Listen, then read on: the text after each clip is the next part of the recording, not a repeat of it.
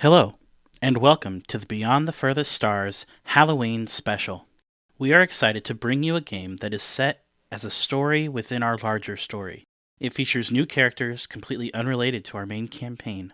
Our wonderful cast member B, who plays as Polaris, has stepped into the role of GM for this episode, and we are using a game system of their own design. So sit back and enjoy this very special Halloween episode of Beyond the Furthest Stars.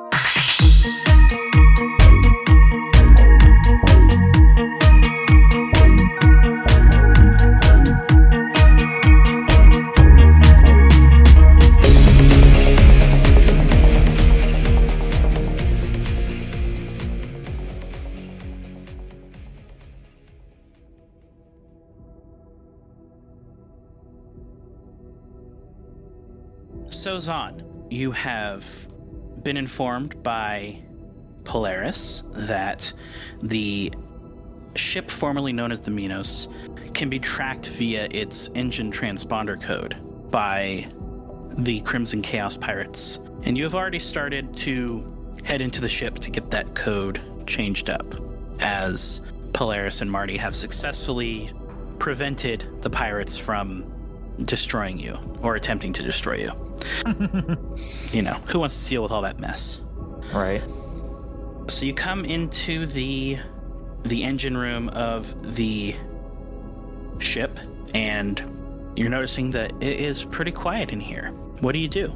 Sliding on my helmet and cracking my knuckles, I pull up, let's see, what's the off-brand version of Spotify? We'll call it Dottorama. Dottorama. Okay. So he pulls up Dottorama, and he's flipping through. He's like, do I want to listen to the usual, or do I want to put on something new? Do I want to listen to people talk? Ooh, interesting. Scary stories from across the galaxy. Should be entertaining enough. Play. And the story begins with a narrator. Welcome to today's episode of Scary Stories from Across the Galaxy. Today's story, The Rose Red Wedding.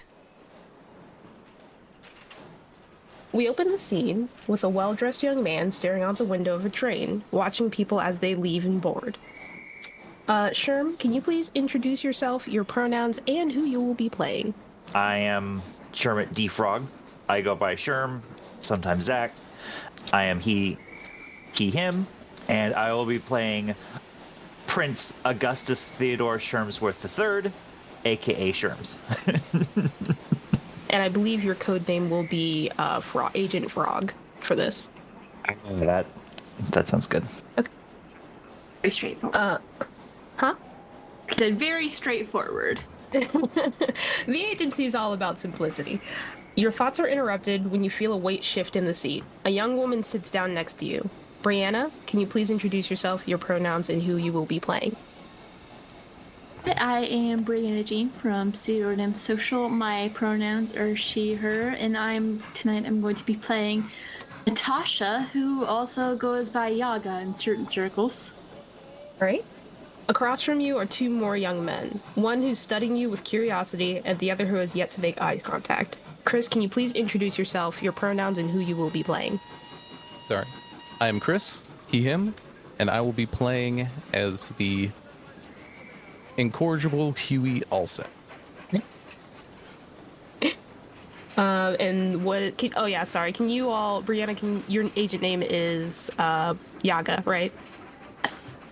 Okay, and Chris, your agent name is? I would figure just Cobbler. Okay. Agent Cobbler. Okay, and then Avery, can you please introduce yourself, your pronouns, and who you will be playing? I am Avery, he, they, and I am playing Quinn Parker, the bookish and shy agent. And yeah, that's me. And your agent name is? Agent name would be Leshy. Okay. You all sit in a brief silence. There is a last call for passengers, and then the train begins to move. Sherm, you were notified a mythology unit would be deployed to your location. Due to the less prospective agents being recruited, you were given a solo mission. Mythology has business in the area, and the two departments saw it necessary to play nice. Who's the first to break the silence? Theo is almost vibrating excitedly in his chair. So yeah, he's excitedly staring at Sherms, shaking, and as soon as before too long, starts excitedly asking, oh, "You're a contact from the fairy tale unit, right? What's your name? Where are you from? What do you do?" Sherms is dressed in absolute finery, given his status, but he also has like a pin in his overcoat that is, I don't know, let's go ahead and say it's like Oxford or something. He is currently just a student because he's basically in the process of like learning the world so that he can be king someday. And he's sitting in the train chair with like his legs crossed and his hands holding the top of his like golden cane. And there's very notable a palm-sized golden ball at the end of the cane. He's like, yes, I am first mission, right? Only supposed to give your code name. Yeah, I'm Agent Frog. This is all of your first missions?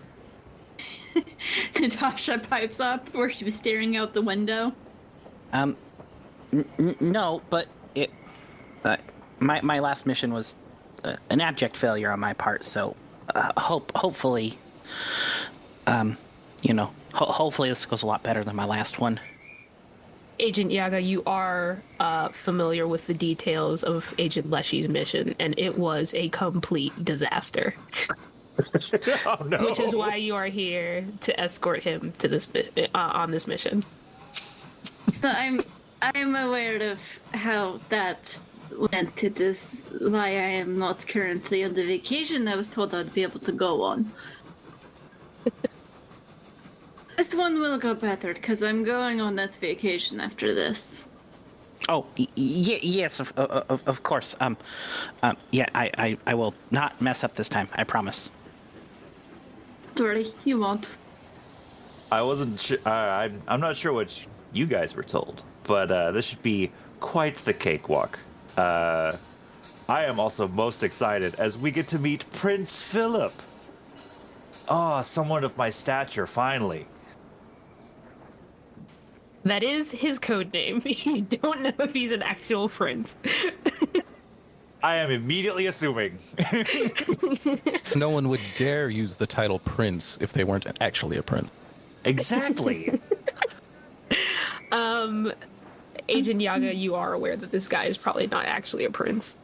Not Sherms, but Prince Philip. She's not gonna say anything. Just let this little baby assume. He'll learn. And all it is a simple retrieval mission. Like, this guy shouldn't be too big of a problem, alright? Like, I'm just saying. I'm not sure what you were told, but there's going to be more to it than that. Yeah, there's a lot more than just retrieval. I mean, there's several missing people and some weird goings on. He holds up a hand. What was that about people? Like, I'm just told to collect. He's a former agent of my department, and we're just getting his stuff. Or a retiring agent of my department. Quinn shows what they've been doing this whole time. They've been drawing on a map of the town, like little dots, and shows it to you, and it's like, well, according to my analysis, this is where all the people disappeared from around the town, and I'm trying to find a pattern because I feel like there's more to it than just a bunch of missing people. So I don't think it's as simple as retrieving some books. Especially with how close we're going to be to the world of the Fae. Sherms pulls out one of the like manuals or whatever that he was given. I believe it would be your Book of Fables. Yeah. And he starts like he goes to the tab that's all about the Fae. He's studying up on what you might encounter. Yeah, it sounds like a good idea. Yeah, Theo You're is right. already way ahead of you, nose deep in a book, muttering to himself, taking notes. All right. Well, as you guys study, Agent Yaga, can you do me a favor and roll me, let's say lore? Out of 5. Okay. As the train continues on its journey, you do see off in the distance where you will be approaching the town. You can see the train station for the kingdom in the distance. And as you get closer, you kind of feel a weird magical sensation. And then it passes, almost like you passed through a barrier. Must be some kind of barrier or going on here. It just entered into something. Could be an effect of being this close to the Fey world. It could be something else, but explains. It would also be mark where the strange weather occurrences occur. As you say that, some of the passengers do have their windows open, and while it was much hotter at the first train station where you guys were initially waiting, it is now the perfect temperature. Is that odd for this time of year? Yeah. Mythology unit has the deets on that. You were given your mission and nothing else. I was gonna say I was given like nothing. Yeah. Your job is a simple retrieval mission. And they weren't exaggerating about the weather. Oh yes, this is actually perfect weather. Very, very strange for this time of year, but I guess not strange for here. At least there won't be any more mud slipping incidents like my last mission. The train pulls into the station, into a small town or a small kingdom, officially known as the Moors, but lovingly called the Flower Bed by locals. As the train pulls in, you understand why. The station is decorated with vining flower plants. In every window there's a flower box, and there are perfectly placed, repurposed wooden barrels filled with flowers planted in them. The station attendants' uniforms even have embroidered roses on the hems of their uniforms. And it looks like, just beyond what you can see from the station, there seems to be a celebration that is going on. Sherms is absolutely going to want one of those pins. One of the pins with the flowers in them. Yes, because that sounds awesome. You can indeed get, there's flower stuff everywhere. It looks like they're celebrating some sort of festival, so there's definitely merch that you can buy. Yeah. Natasha will ask someone passing by that looks like they're from here, what celebration is going on? You pull aside one of the locals, and it's an older woman carrying a basket of flowers, and she had been handing out flowers to people getting off the train. And she hands you one, and she says, "Why, the marriage of the princess, of course." Oh, interesting. Thank you for telling me. She will accept the flower and get in the buttonhole or something. Sweet. Let's say it's just a pink carnation. Theo will run up alongside and excitedly reach for, or well, not reach for, but stick his hands out for a flower. He's quite diminutive, so he's got to reach up. Noticing your enthusiasm, the lady hands you two. And while doing that, he's asking, "So there is a prince? Soon to be. Where is he? Where is he? Can I see him?" And he taps you on the and Sherms taps you on the shoulder. See, I told you. This flower lady is very puzzled. You do hear behind you an older lady who is dressed in a, I believe, green sundress. She's an older woman, about grandma age, and she walks over and she says, "I'm here for an Augustus. I was told to bring him to the castle." Sherms perks up and he's like, "Aye, that would be me." Excellent. I wasn't aware that you would be bringing company, but it should be all right. I assume they're with you? He looks to his ragtag companions. Yes, I suppose they are. Natasha steps forward. Also, correction, she tucks the flower back into her hair, 'cause she has her hair pulled back, so. Lovely. Ah.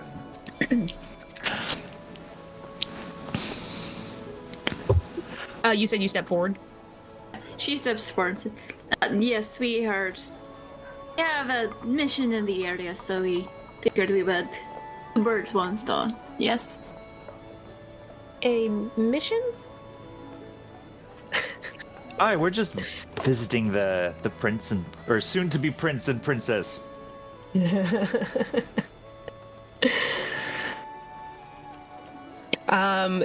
She looks a little puzzled between you and Agent Yaga, and she says, very good, then follow me. I'll take you to the manor.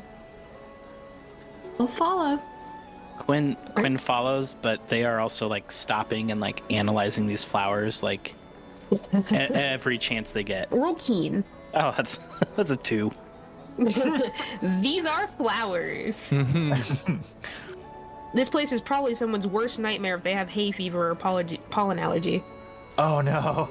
That double major in zoology and botany really paid off. Heck yeah. These are some good flowers, well taken care of.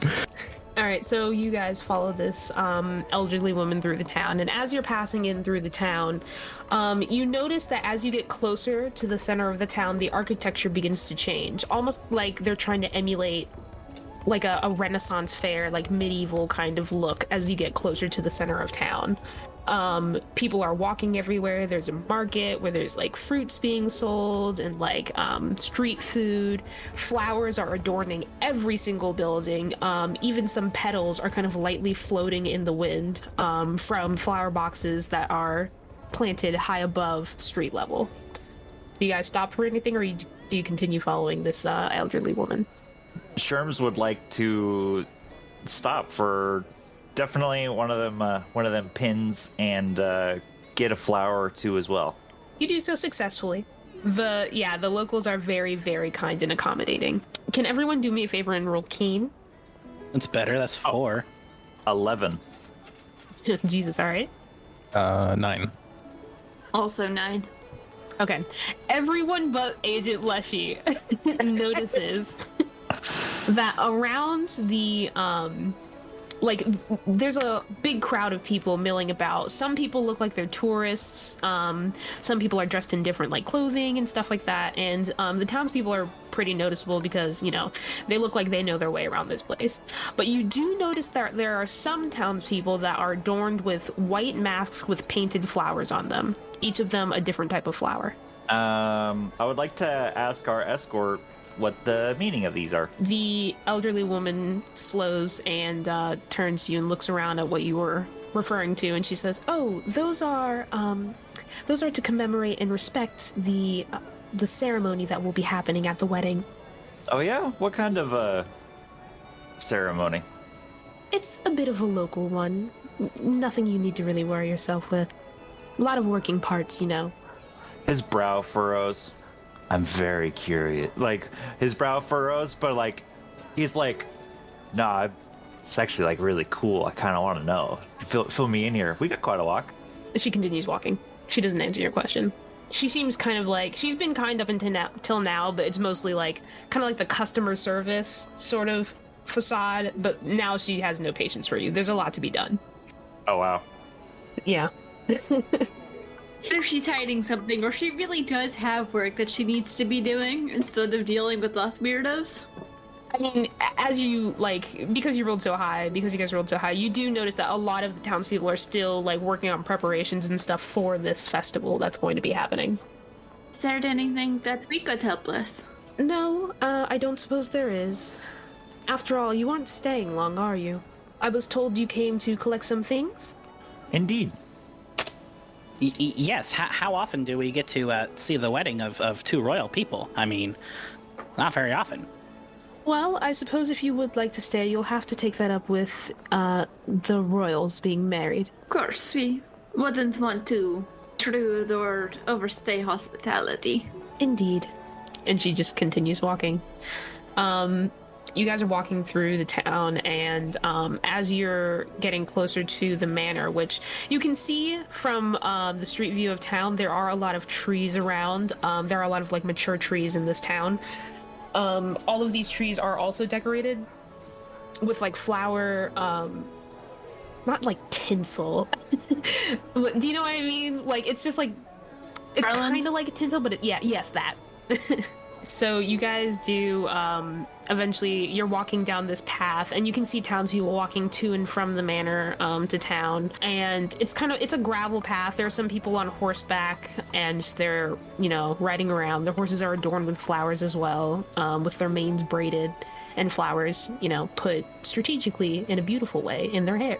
You guys get to where the forest opens up and reveals the manor, and you see quite a large building that has a lot of windows. Like, all of the windows are open, and it's clear that the design of this building was meant to incorporate as much of the outside into the interior of the building as possible. And there are flower beds on every windowsill. There are vines wrapping up around the building. There are like hedges that are perfectly trimmed. In fact, you can see some gardeners and groundskeepers making sure that they stay immaculate. There are gardeners tending to the flowers in the front, and the 2 double doors at the front are wide open. And I'm going to share screen so you guys have a layout of the map.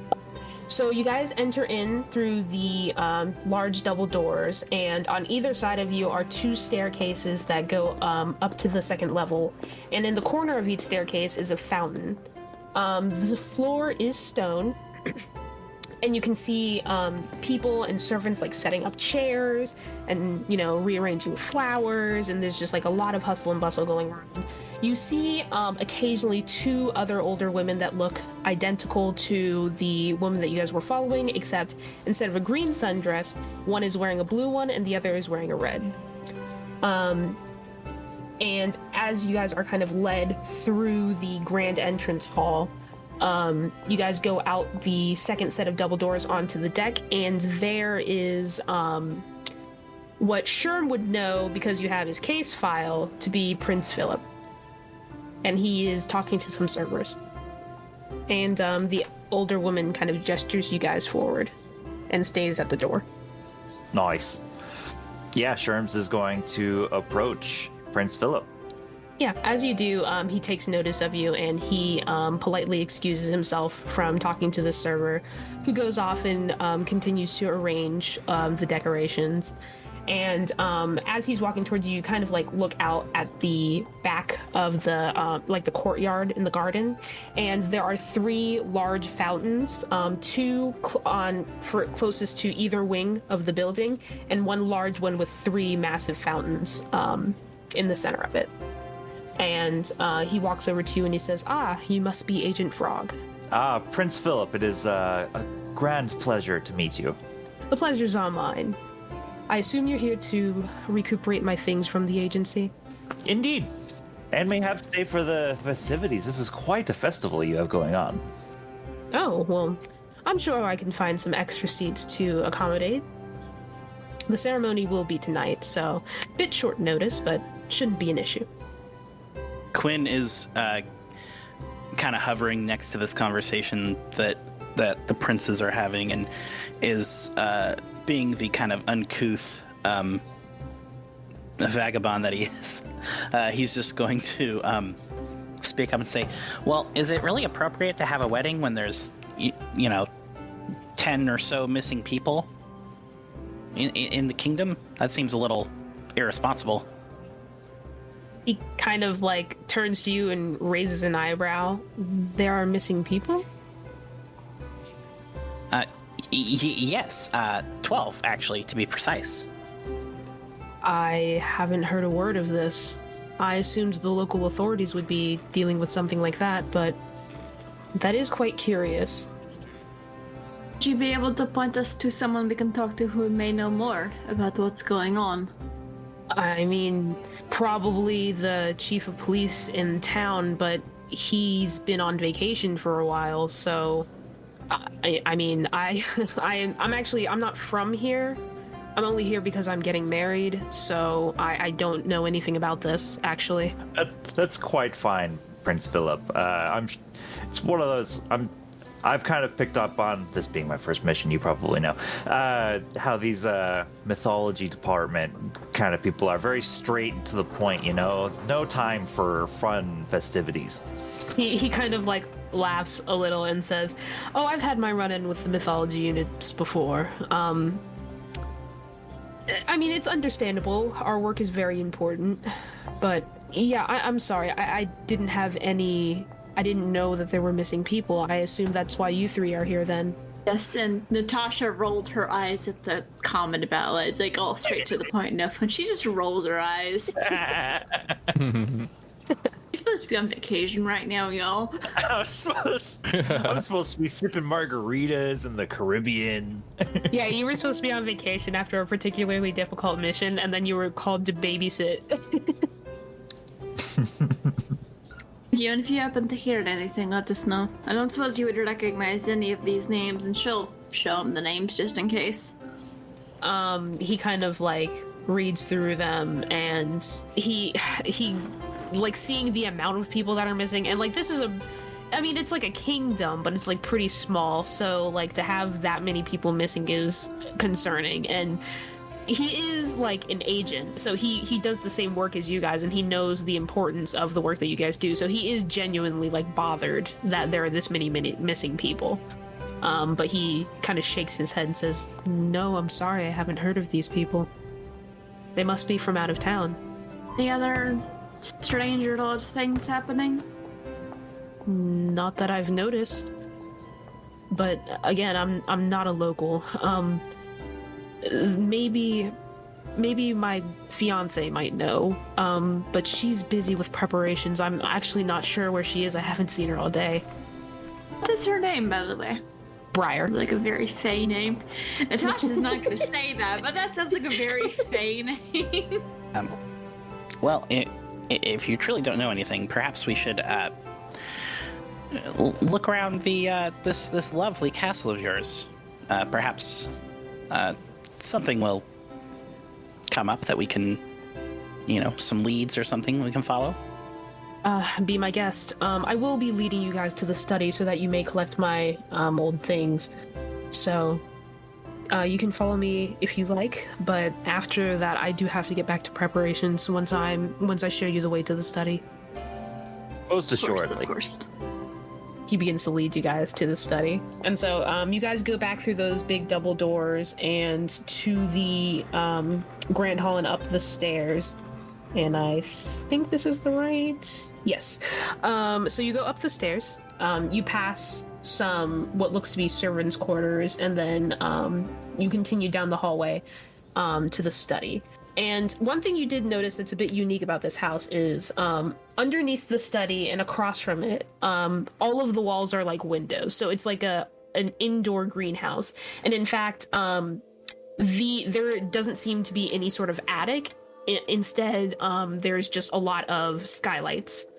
And this house is also quite decorated with plants. There are vining plants hanging from hooks. There are plants all over the banisters, on tables, in small pots. Very much kind of gives like a botanical garden vibe.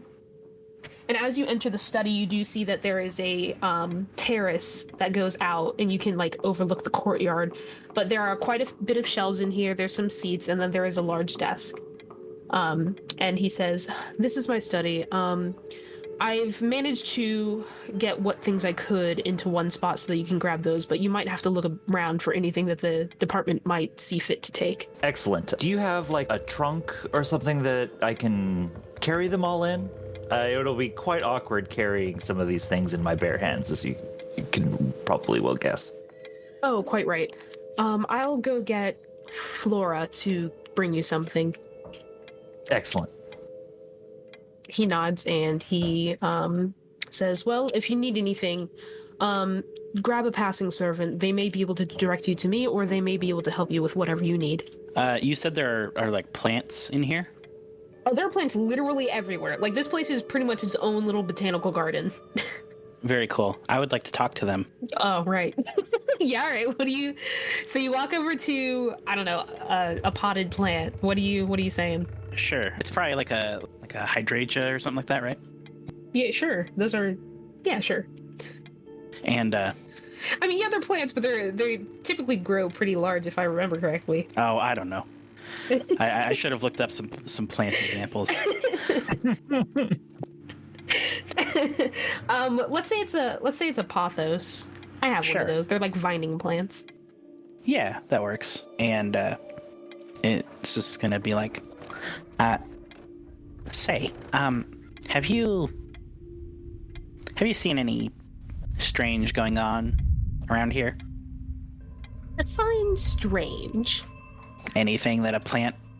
Well, it's weird because you don't actually see. I guess I should really clarify. Have you noticed any odd people coming through? Any mysterious behavior? Things like that? Define odd? I don't... What is odd to you? People sneaking. People taking things that aren't theirs. Stuff like that. I mean, I've seen some of the servants sneaking off together, but they usually come back. Oh, that's... Is that weird? No, that's perfectly normal, or so I hear. No, you know what? Okay, fine. I'll let you get back to your planting business. Sure. It goes back to absorbing sunlight.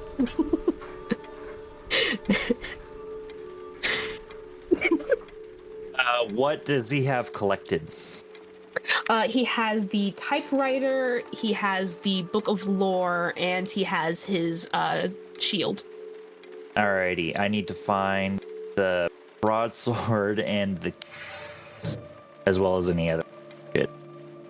Yep, so get to searching. Well, I guess I'd like to check his desk. Okay, yeah. You kind of rummage through his desk. Roll keen. 6. Okay. You find the keys, his the department issued keys. And you notice that the desk is actually quite neat and tidy. As if it was like arranged, just in case people were going to be wandering through, since they have a lot of guests kind of like running around here. Good, that makes it easy. Yeah. And then is there any like trophies or like a bookshelf or both? Oh yeah. I mean there's like 4 large bookshelves in here. There is like a table that has like a drawer and stuff like that. The drawer will be faster to go through first, so I'd like to go through it. You open it up and it's empty. Who keeps an empty desk drawer? And he like closes it, and then he's gonna go to the bookshelves and peruse through the books to see if there's anything that stands out that would be particularly juicy. Juicy, yes. What are the rest of you guys doing? Are our lore books between departments the same? Essentially, yeah. It's just a different look. It's like having an Android versus an iPhone. Oh, okay. Just wondering if they were like secret between the departments, because they're essentially like catalogs of creatures that you've faced before or that previous agents have faced before, like research done on anything that you might encounter. All of them are kind of like infused with magic, so anytime there's an update, your book of lore is automatically updated. Pocket Wikipedia, I love it.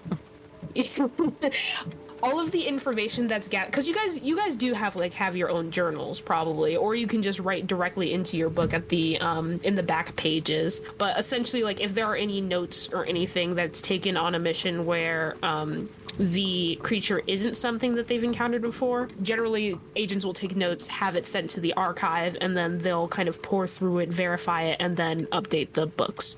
So we would be able to possibly check and see what updates he would have added recently, if he's noted anything. Yeah, I mean, you can check the back of his book if you'd like, but generally after the information is sent to the archive, it kind of like erases itself once it's been approved so that it can be added into the book, That makes sense. Yeah. All right. I ask because Hugo's just going to be idly flipping through the book lying on the table. and ask, how is this going to help us find the missing people? Would we be able to possibly look at the mythology for this particular area? See if there's anything interesting there, or would I have been able to kind of read up on that beforehand? Probably on the train ride. It would be in the Fae section of the book. There's not like a map for where you currently are and what has been there, because usually that would be given to you in a missions briefing if it was going to be a problem you would be encountering. I was just double checking what we from the mythology department would know about this area. Based off of like your briefing, you probably were told that there has been no like dangerous or out of place Fae activity that has been happening, just because the royal family is in charge of keeping this area in check so that the Fae doesn't like bleed through and cause problems for your world. Yeah, because that would be bad. It can be scary. Yeah. So you assume that Briar and her family are usually the ones that kind of keep to that. They're like an affiliated family with the department, but they're not officially part of the department, so they don't have like their own lore book and stuff like that. Okay, that makes sense. Mm-hmm. Yes. While we have people poking around that room, I think Natasha might just poke her head out and see what information she can gather just from listening, or if someone looks... She's trying to find a starting point for figuring out where all these missing people went. Yeah, have we seen any guards? Not that you're aware of. The only people that are kind of like differently dressed in any sort of significant way are the people that have those white masks with the flowers painted on them, but they seem to be doing the same jobs as the people around them. Are there any servants that look upset or nervous beyond the nervous about like getting the job done right kind of thing? I mean, I assume you're peeking your head out of the study into back into the hall and not into the room across from where you came in from, right? I just maybe like, or like standing out in the hallway, just somewhere where I can look around. But I'm also nearby in case the people in babysitting do something. Yeah. So you do see like servants kind of coming in and out of the servants' quarters, and you do see like maybe one of the younger servants is really, really nervous, but it's probably due to her being new at this. Yeah. But she is very jumpy. Tasha might go over and be like, "Oh, tonight you seem nervous." Oh, yes, yeah. This is just like this is like really big. Like, how often do royals get married, right? And the lady's been preparing for weeks now. I just don't want to mess anything up. I've already messed a lot of things up. Just a deep breath. It's one thing at a time. Things that are easier to fix than most people realize. Oh, yeah, I mean, yeah, you're right, but also, like, I don't want to mess this up. What if I, like, knock down a vase or something? You know? There's just, like, a lot of... Like, today has to be perfect. You said it's been weeks of preparing, yes? Yeah, well, I mean, all these flowers, they didn't come out of nowhere. People had to clip them and make sure that they were arranged properly, and they also stayed alive, and it's a lot of work. And now we have to rearrange them, and we have to make sure that the manor is clean, because a bunch of people are going to be coming to the manor tonight. So, yeah. A lot of stuff. Lots going on. Lots of pressure, I can imagine. Yeah, lots. Someone calls her name from down the hall, and she's like, "Oh, sorry, that's me. I gotta go." And she like waves and runs off. Remember to breathe. Yep, got it. And she turns around and does like a thumbs up at you, but like when she swings her arm, she knocks over a vase, and she's just like, "I'll get that later," and she just runs off. Oh boy. Very reminiscent of something that you were babysitting. Quinn has no idea what you're talking about. She's like, so young. Oh wait, she like rushes back to make sure the people she's babysitting haven't broken anything. Have you guys broken anything? Quinn has been pulling books off of the shelf to like try and maybe find because Quinn is starting to be like, okay, well, there's always a secret door in a study, so So he's like Oh my pulling, God. he's actually pulling books off the shelf to Yeah. see if there's a secret lever. Okay, cool. Yeah, so Agent Yaga, you come back in and Agent Leshy is just destroying the bookshelves. Will you put those back? What are you doing?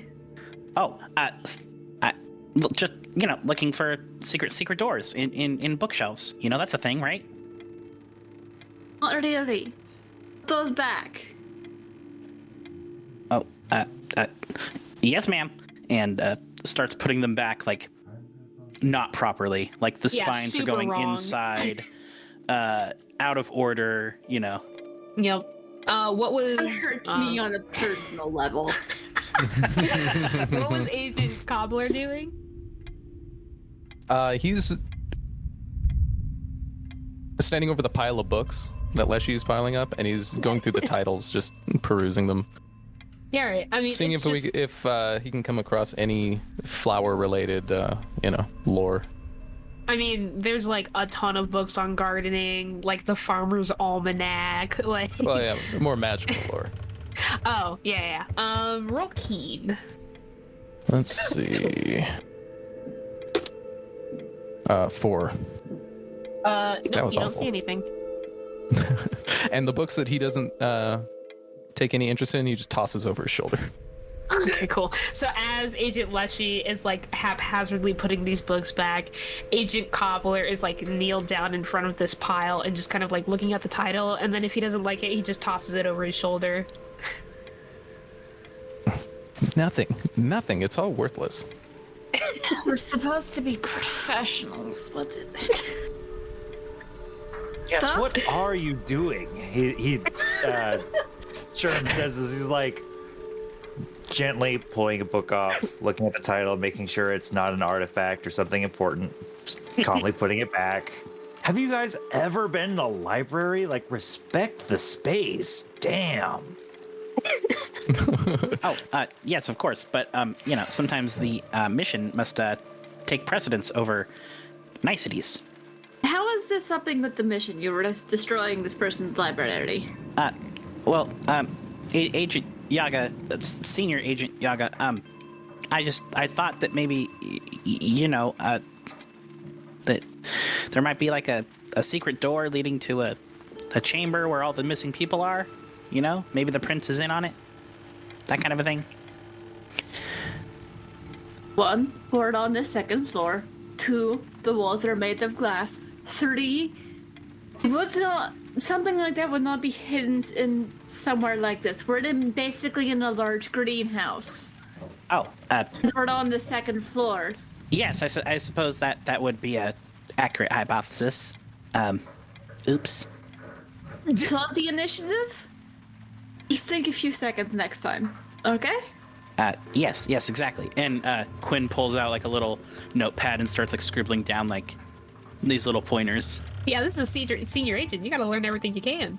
Think before you do. Agent Frog, as you're kind of like watching this unfold, you come to the conclusion that these people, if they went to your school, would definitely be in a locker right now.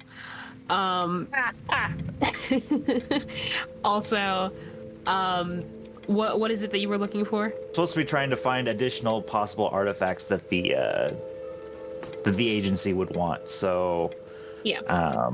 Go ahead and roll keen for me. just double checking to see if he's got like any extra books of lore and stuff that he's accumulated. Fair. 9. Perfect. Okay, so you're kind of like looking through these books and everything, and you do find some books on the Fae and like the Fae in the area, but you assume that these are for the family's records and not necessarily the agency's. So you're not entirely sure if the agency has the knowledge that these books have, or if they have already been shared with the agency. I am going to add them to the pile. Okay. I mean, it very clearly has like the family crest on it, which is like a rose emblem, and agency things have a very specific like book emblem on it for the fairy tale department. Yeah. All right, so you add it to the pile. We will mail it back if we don't need it. Or when we're done with it. You know, gotta be thorough. He says in a cult-like tone, for the agency. You stare off into space.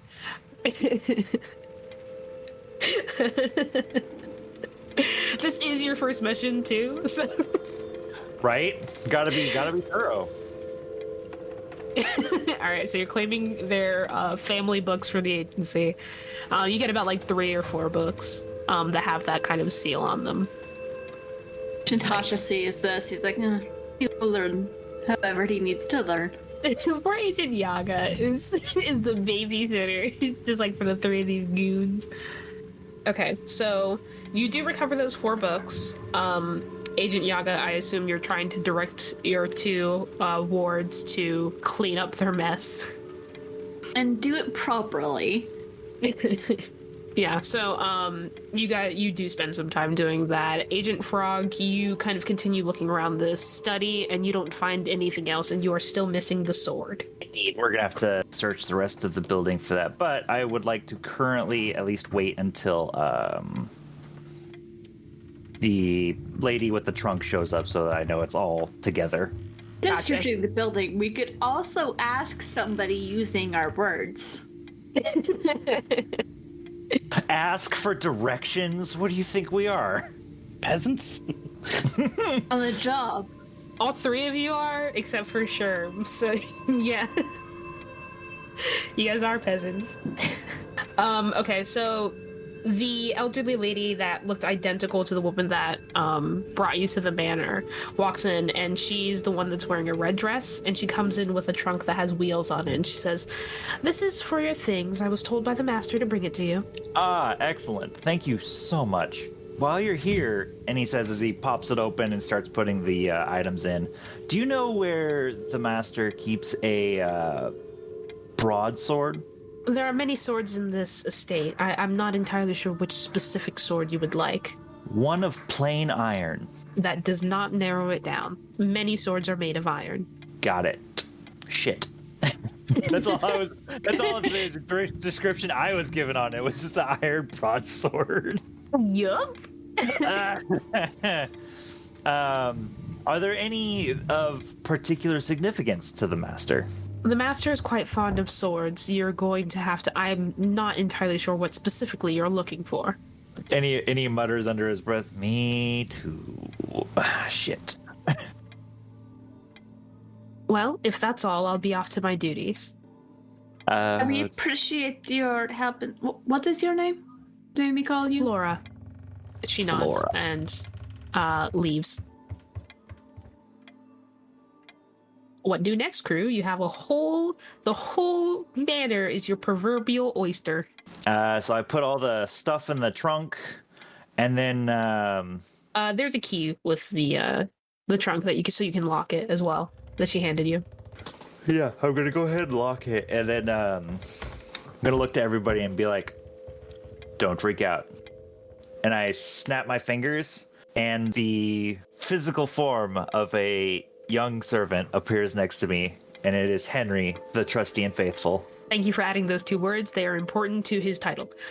Yes, Henry appears, and he says, "What's up? What can I do for you?" What's up, buddy? I need you to cart this trunk around for me while we find what the agency needs. You got it. You want me to just, like, do it in front of people, or... Like, how do you want to go about this? Because I'm super invisible. Oh, is he invisible? Yeah, he's Or, not like- a real dude. He's like a ghost man. Like, everyone else can see him. Like, he's like, you know how people take blurry pictures of ghosts? Like, kind of like Oh, that. yeah. Yeah, screw it. It's not that big a deal, buddy. People have seen weirder. Yeah, all right. I'll follow you. He just picks up the trunk, one-armed, over the shoulder. Oh, it was on wheels, so I thought he was just gonna kind of like drag it. Yeah, you thought, but Henry is trustworthy and also, what was his other title? Faithful. He is faithful and also trustworthy, and so he has to be impressive. Because this is not going to attract all of the attention while we try and find where the missing people are. Yeah, Agent Yaga, you can very clearly see Henry. as he appears to Agent Frog. But the other two of you guys just kind of like see like the faint outline, like if there was like the static of a person being there. So you just see this trunk kind of just get lifted up and start floating. Oh, most useful. A trick you have there, Agent Frog. Perhaps we should leave the trunk here, though, and be a little more conspicuous. Perhaps we come and collect it when we are ready to leave. Nah. How busy everybody is. Like, seeing a floating trunk, I'll just tell them I have mind powers or some shit. It's okay. They'll be awed, not weirded. It's okay. Come, Henry. And then he starts walking out. Can we hear Henry talk clearly? It kind of sounds, you know how like people are like, oh, a ghost whispered in my ear and it was creepy, like kind of like EGS, that. Yeah. So you just, Sherm, you hear, you got it, and he just like starts following you, but you guys hear, you got it. We just see Yaga pulling out a little notebook, or she writes a note to tell whoever, like she has like a page for each of these kids that she's babysitting with notes to send to the people who are teaching them, just like so for sure. Each subtlety. You can write in your scroll to your patron, I believe, to like kind of inform them, or you can just keep a straight up notebook. Up to you. Well, in that case, she'll just somewhere Baba Yaga gets a message. Agent Frog needs to learn subtlety. Excellent. So Agent Frog, you walk out of this room and there's a servant cleaning up a mess, and they look over and they see the floating trunk and they scream and drop the mess that they were cleaning. Alright, so you're putting that down, we're leaving it here. What? No. We will come back for it later. Fine. Henry, please put it back. Yeah, alright. He like turns around and puts it back. Ferdinand is wonderful. This is not the best time in the way to be using his abilities. Nah, Henry can do that. Henry, sit on the trunk. He does. He gives him the wink. We'll be back for you later, buddy. You got it. I'll just be here waiting until you come to tell me otherwise. Or I snap my fingers again. Or you snap your fingers again, and I return to the dark void that is death. So sad. Where are you guys headed to first, then? Well, the bedroom's right there. Let's go snoop around his bedroom.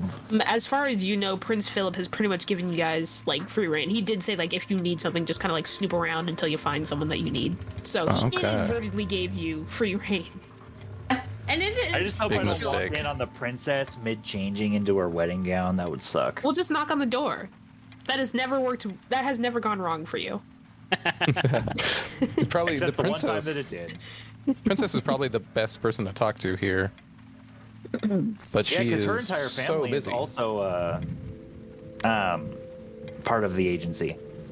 They're not part of the agency. They're affiliated with the agency. Because of their location and the fact that they've been here for so long, they're no longer part of the agency. Or, I mean, they're not part of the agency. They're just kind of like an affiliate family that works alongside the agency. Got it. Yeah, you guys are pretty much given free reign of the manor. Where are you guys going? The master bedroom directly to the north. Yep. All right. You just open the door. Well, I knock first. You open the door and no, yeah, okay. You knock, and you don't get a response. And then I open the door. And then you open the door. You walk into the master bathroom, and you hear the shower in the bathroom going. Oh my god! Okay, and then it cuts off. No, I'm kidding. I'm joking. That was a callback. Yeah, you walk into this master bedroom, and unlike every other room in this house that's immaculate, this room is very much lived in. like someone's boots are just kind of like thrown over. Like there's some clothes just kind of like tossed on the bed. The bed's not made. There are a ton of plants still in this room. All of the windows are closed though. Unlike the rest of the house. These plants. Wait. No, sorry, I was making a joke. You said you weren't asking the plants anything? Yeah, I said I'm not asking these plants anything. Yeah, what happened to the master bedroom? We walked into the master. Is this the king and queen's room? Yes. Well, I mean, no. This is Briar and Prince Philip's room. Oh, okay. Didn't realize they already had a room, but yeah, whatever. It's just I was like, my master. Scandalous. Yeah, this is the master bedroom, but it's very clearly for Briar and Prince Philip. In fact, you have not seen any, like, parents. When you said that has me questioning things. I mean, I say things weirdly all the time. That's not necessarily me being a GM being like, you haven't seen any parents. It's just, you just haven't seen any parents. There's just, no king or queen. Yeah, there's no king. They are the king or queen, as far as you know. Quinn is sort of like trying to not, like, purposefully not touch anything. Like, just, like, keeping their hands to themselves. Just like, Looks all very nice in here. I don't see a sword. Yeah, there is no sword. I will give you that. Anything that seems out of place or odd? I know we have very little frame of reference for that, but... Yeah, I mean, there's a disgusting amount of plants in here. Like, it looks like a... Actually, I don't know if that joke will land, never mind. There's just, like, a lot of plants in here. Yeah, it's weirding. Natasha is not used to this many plants just in general, much less in someone's house. Yeah, I mean, they got, like, a canopy bed, and, like, they have vining plants on, like, the posts of the canopy bed. Like, plants are incorporated into the design of this home as much as possible. So, yeah, are there any cool mountings on the walls? Yeah, there's just, like, some paintings of landscapes, and paintings of water, and paintings of the forest. There's some swords that are, like, hung up on the walls. Like swords, axes, cool medieval weapons. But, like, not the sword you're looking for. Got it. These aren't the swords you're looking for. But I guess I would like to potentially investigate them to see if they are of any other value that the agency may want. Fair enough. Roll keen. Wow. 9. What the fuck? It is like your third 9 in the row. I keep Sometimes the dice just like one person in particular.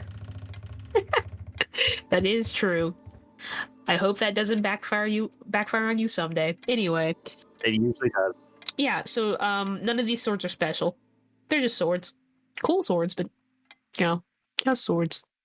Just swords. Alrighty. Is there anything else really of note in the master bedroom? I mean, there's a bookshelf, if you guys want to destroy that one too. It's not the worst idea to give it a look over. Yeah, Theo will give the books a once over. Okay, yeah. You kind of like, whoever's investigating the bookshelf, roll keen for me. Natasha will probably check it out while she's side-eyeing the other two to make sure they don't mess with anything. 8. 7. Okay. And that'll be a 7. Quinn, are you? No. Okay. So 8, 7, and 7? Yes. Okay. You guys kind of like look through the bookshelf and you don't really find anything of note. Are you guys still staying in the master bedroom or? No, at that point, Sherms will probably be leading this investigation. I think it's just the bathroom or whatever to the left. Yeah, there's probably not anything in there. Oh, were you going in there or no? No. Okay. I don't need to go through their toiletries. You never know; they might have some evil, dastardly soaps. There could be 12 bodies piled in there. There could be bodies piled in there. There's just a big bathtub full of lye. Yup, but you won't know until you put your finger in it. I doubt they'll have anything of artifactory in the servants' quarters because they don't want the servants potentially like stealing them or some shit. Well, or I don't know. Are there Potentially, any other we can go in private there studies or armory? I think we should go ahead and check out the servants' quarters just so that way you guys have a potential to ask the servants some questions. And perhaps the servants may also know where this iron sword of yours is. I wasn't given a very good one, okay? Sorry. You know, the agency apparently didn't really super trust the new guy. I mean, you have a picture of it. It literally just looks like a plain sword. Oh, cool! I have a picture. Damn Yeah, it! you have a picture of all the stuff that you have. Oh, I didn't know I had pictures. That's my bad. Oh, my bad. Yeah, you have pictures. It's just like your common, everyday, generic sword. Like, it just looks like a normal sword. Okay, Yeah. I would have shown that to the first lady then, but I can ask one of the servants that this time now. Yeah, sure. Are you guys going into the servants' quarter? Knock first. Okay, you knock on the door, and you hear someone call, "Just a minute!" And a moment later, a servant comes out, and she's like buttoning up the last few buttons of her blouse. Oh yes, the plants have said that this happens. Did you say that out loud? Yes. She like looks at you and like raises an eyebrow slowly. Sherms pauses, does the side eye, and is like, sorry, we're not catching you at a bad time, are we? He puts the charm on. No. I was just changing because I had gotten mud on my skirt. Ah. You guys always think there's something dastardly going on. No. I was informed by plants that servants sneak off. Yeah, in the night. I apologize. They have active imaginations. Even she like furrows her brow and looks even more perplexed at that, and also like kind of worried. Anyways, getting straight to the point, we are you can call it guests of the prince. The prince to be, I suppose, looking and collecting certain items for him, and I am looking for this sword in particular. Do you know where it is? Oh, no. It kind of looks like 10 of the swords hanging on the walls. I mean, I can show you to all of those swords, but they're all identical, so... Nice. Just go ahead and give us like a general guesstimate, and we can find our way. Sure, okay, yeah, sure. She just kind of like gives you the locations of where the swords are hanging up around the manor, and they are pretty scattered, so you would have to like go to pretty much every area. Yeah. Nice. Also, have you heard any? I heard that there's some people who have disappeared recently, gone missing. Have you heard anything about that? Maybe something around the town. Go ahead and roll a lore for me. The 6. Anyone else kind of observing can roll keen, if you would like. I would of course like to roll keen. Natasha, of course, sounds like genuinely concerned, because she's genuinely concerned. Yeah. 9. 7. 5. Okay. So then, Agent Yaga, you are like, you ask this lady this question, and she says, sorry, I have no idea that there were missing people. That is unfortunate. Have you talked to the deputy? We have not yet, but we intend to. Just figured I would ask and see if there was anything people heard before we walk all the way back to town.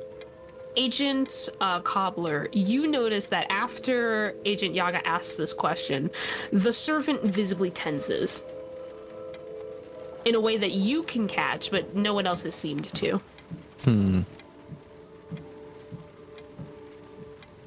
Okay. Hugo will also hop up and say, "Hi. Also, where are the princess, and her family?" Oh, it's just the princess and her fiancé. Unfortunately, her family passed in a tragic accident. Oh no. But she should be around here. I believe she and her fiancé are tending to preparations for the wedding tonight.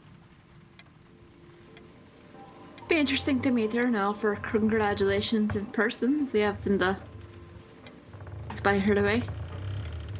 He smiles and nods and says, "I'm sure she'll appreciate it if you're able to find her. She's been running around like a madwoman off for the last few weeks. She wants this day to be perfect. You know how brides are."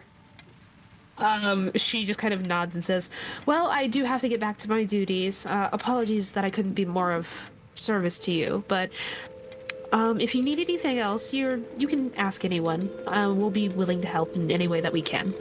And she kind of dips out and leaves. When she's out of earshot, Hugo will turn to the party and be like, "She was suspicious. She definitely knew something." She went off down the hallway, right? Yeah, she ended up going down the hallway through the doors, and you can hear her going downstairs. Is the servants' quarters empty behind her? Yes. I'd like to slip in and take a peek. Just look and see if there's anything suspicious out of place. Okay. You walk in, and I mean, it's a servant's quarters. Where are you looking first? There are 3 beds with 3 trunks. There's a bookshelf and then also a desk. Yeah, just gonna look through the bookshelf and the trunks and see if there's any notes or anything suspicious. After she, tensed up, he's sussy. All right. You kind of look through some things, and you look through the bookshelf and you look through the desk, and a lot of the stuff that's there is pretty much just books on how to properly be a useful servant, how to properly fold things, that kind of stuff, etiquette, all that. Book on how to fold fitted sheets. Confound it. They're too well prepared. Did anyone else follow suit? That guy's just standing outside. Are there plants in this room? Yeah. Oh, there are plants everywhere. You don't have to ask cool. if there are plants in the room. There are plants everywhere. Okay. I am gonna go up to the nearest plant, maybe a nice little rose, sunflower or something sitting in this room. You just keep naming super big plants. I know. I like big plants. Oh yeah, there's a potted sunflower in here. Sure. A potted sunflower. There's skylights, so it's getting plenty of sun, I'm sure. Yeah, it's standing in a particularly sunny spot in the room. I'm just gonna be like, "So, have you seen anything suspicious going on? Specifically, stuff that does not normally happen in this room?" The sunflower just kind of slowly turns and is just "Shh, you're disturbing the sunlight." Oh, I apologize. I just was hoping you could answer some questions. Sure. What do you want? Well, do the servants talk about any strange goings on in the castle? Servants? Yeah, the people that tend to come and go from this room. Oh, what do you want to know? Well, do they talk about things going on in the castle? The upcoming wedding? Yeah, they've been talking about that a lot. What have they said? There's a lot to be done. There's people coming. I don't know. I mostly just hang out in the sun. Oh, I see. Well, thank you for your information. I will make note of this in my report. And, enjoy the rest of your sun, plant person. You got it. And it just turns back to the sun. Do we all just see you, talking to a plant normally? Yeah, you yeah, essentially, you just see him talking to a plant. You did see the sunflower turn in his direction, though. You saw him talking to that other plant too? Yeah.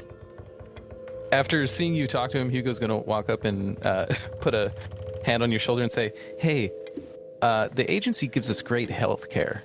You should talk to someone."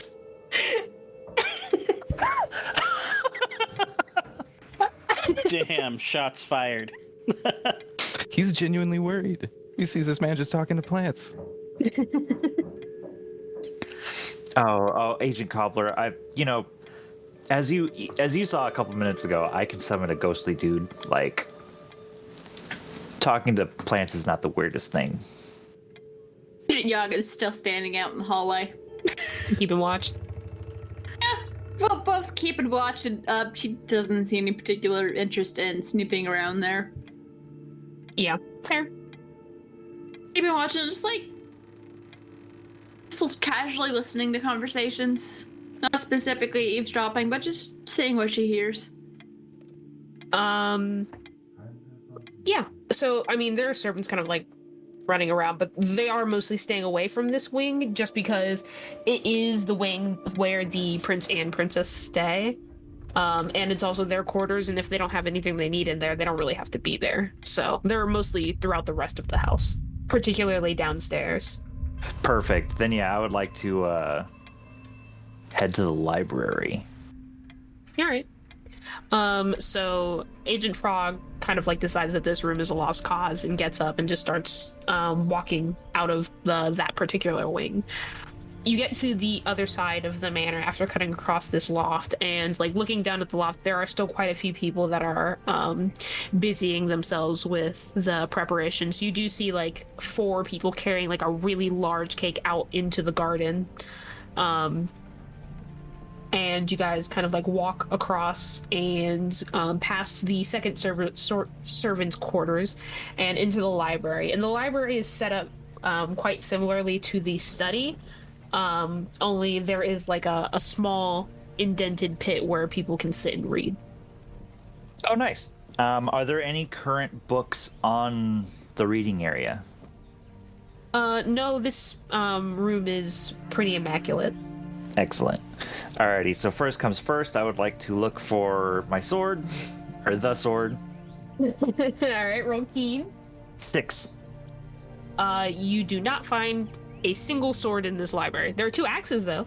Are they of any particular interest to the agency? You don't know. Darn it. They're just axes. Agent Frog, I do see 2 weapons up on the wall there. Are those what you're looking for? No. Damn. Who would think that finding just a plain fucking broadsword in a giant-ass mansion would be so hard? Almost like trying to find a needle in a haystack. Almost. And then I would like to set about looking over the bookshelves for more interesting lore. All right. You can go ahead and roll keen. What is everyone else doing? Hugo will do the same.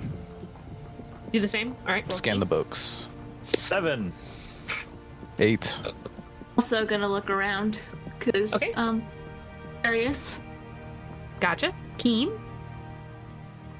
8. Okay. Is Agent Leshy doing anything? Yeah, but I'll do that after this. Okay. You all are kind of like looking through these bookshelves, and you actually do come across quite a bit of books that kind of document different like fey creatures that have come in and out, kind of like their own little lore book, but it's not as like magical because it's not all contained in one book that you can easily update. Who had the highest? I also had 8. I had 7. Gotcha. I'll say Yaga. You find a small book. Agent Cobbler, you find like a diary. That the diary was hidden behind a couple of books on the shelf. Is any name on it, or is it just unmarked? It looks like the name was scratched out. Oh. Ooh. That is my small book that I found about. To carefully remove it and start flipping through. You start flipping through the book, and it just kind of like, it looks like it's an old like collector's edition of the fairy tale Sleeping Beauty. Ooh. But like it's like a kind of an amalgamation of all of the Sleeping Beauty tales in one collector's edition book. So it would take you a bit of time to actually scan through it to see if there's anything odd about it. It's a collection of all of the Sleeping Beauty tales. I would find this interesting. Hugo will also scan through the diary real quick. Okay. It appears to be one of the diaries of a former servant in this manor. And it kind of like details, like at first it kind of like details like their day-to-day, their tasks, like their first arrival, how they get along with other servers and whatnot. But you notice that there are pages at the end that are torn out. Hugo was reading reading aloud as he read through it. Nothing suspicious on the near to last pages, just the torn out ones. Nope, yeah. It just cuts off. Aga's, of course, not gonna read the whole book, but she'll kind of like flip through and skim just to see if there's anything that sticks out or stands out, and like, or anything like that. So, as you're kind of actually roll keen for me. Okay. It'll be an 8. Okay. Rolled several variations of 8, and it's only ever 8. You kind of like flip through this book, and you kind of notice that sometimes like some letters are in bold, but it might be just like a printing error, and you don't really notice anything else. Like it's just random words that are in bold, or not words, but like random letters. Ooh. She'll probably kind of go through and note the ones that she finds. You're right. I mean, that's going to take you a while, so you might have to do that while you guys are, snooping. Because there's a lot of pages in this book. So occasionally glancing up at Leshy just to make sure, because she also has to do her other job, which is babysit, but... Indeed. Leshy, what are you doing? So Leshy has been kind of seeing Agent Frog kind of swing and miss in finding this sword this whole time, and has pulled out their hawk feather and has kind of been like twirling it in their fingers, and it's just like, Agent Frog, I do have an idea that might be able to help. I could go and look through all the windows of the manor and see if I can see your sword in any of the rooms. I mean, you know what? I'm not even going to be weirded out by the fact that you could transform into a bird of some kind, because, I feel you. But the problem with that is that apparently there's like way too many of this damn sword, and I'm like holding up the picture, and I'm like, you're gonna have to be able to get a close look at it to figure out which one it is. And if you're just looking through a window, I feel like that might be a waste of your time, bud. Well, yes, but being in the air will keep me from destroying more bookshelves and irritating Senior Agent Yaga. We'll also have you out of my line of sight for far longer than I'm comfortable with. I promise I will not start any animal wars, I will not insult any plants, and I will not drop my hawk feather and then fall from the sky. It just gives you that look of like that you expect me that to make me feel better. I even want to know how you got that. I found it on my way to the train station. Senior Agent Yaga, you have read the files of the people that you are like watching over, and you know that this is one of his abilities, and that he probably has had that feather for a while. So, yeah. In that case, she's still just like, why do I have? Probably more of a question of why me.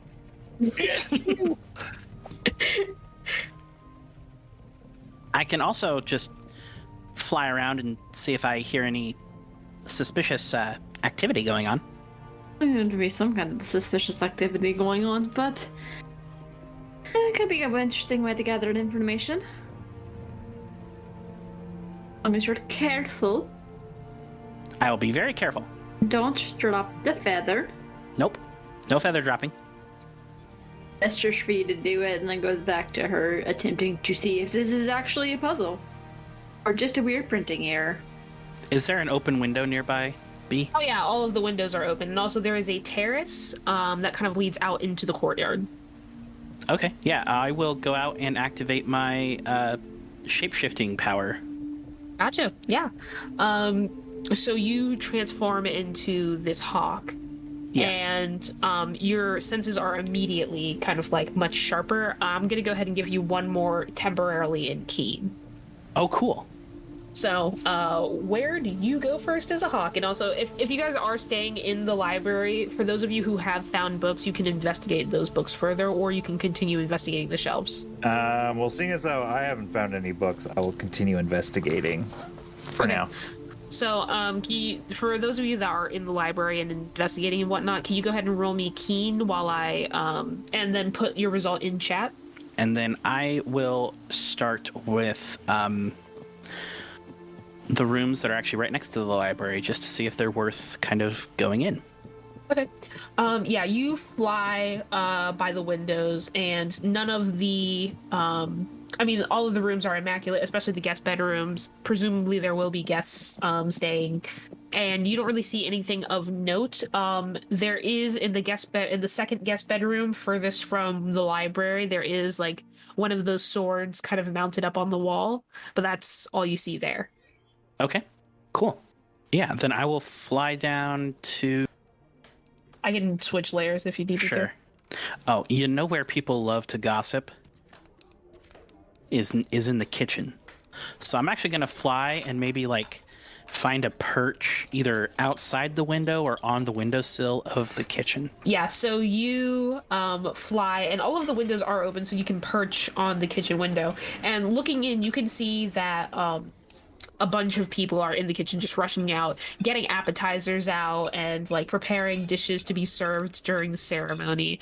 It looks like there is like a type of cookie that they're kind of recreating in large amounts that are shaped and decorated to look like a rose, and in various colors. And so they have like just trays and trays of these particular cookies, and yeah, there's just like a lot of people kind of like running around. I will say you do see that there is a kind of closed off space where you assume it would be the pantry. And then in front of the pantry, kind of in the corner, it looks like a trap door into the cellar, but it is closed. Super sus. The cellar's closed? Yes, the cellar is closed. Gotta keep all your, wines and whatnot cold. People don't leave their cellars open. That defeats the purpose of putting it in the cellar. Yeah, right. That's true. But it's a Halloween one-shot. Indeed. Never trust a hole in the ground. Hee. Cool. Yeah, I'll, I think with that information, I will fly back up to the library. You do so. You fly back up to the library, and everyone that you guys put your results in chat. Yep. Sweet Jesus Christ, Chris. I got my one good roll for this session. Let's go. Oh my gosh. Okay. Yeah. Okay. I'll start with the other two. So, Sherm, you find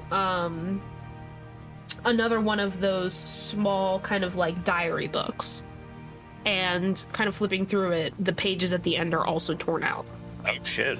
Brianna, you're kind of like looking through this other book that you had found earlier, and you've been kind of studying where the like letters are emboldened and stuff, and you kind of like, as you're flipping through, you notice that on the edges of the page, in the corner of the page, there's like a rose emblem, and sometimes it's bolder and sometimes it's not.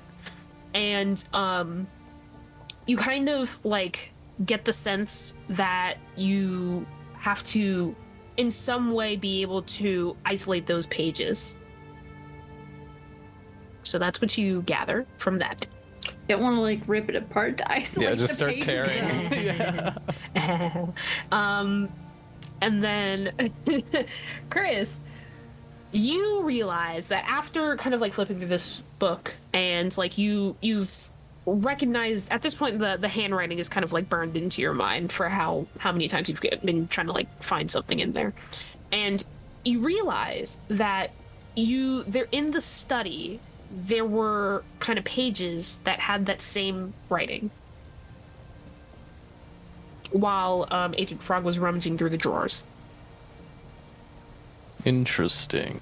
Can I peek over Shermie's shoulder and see if the journal...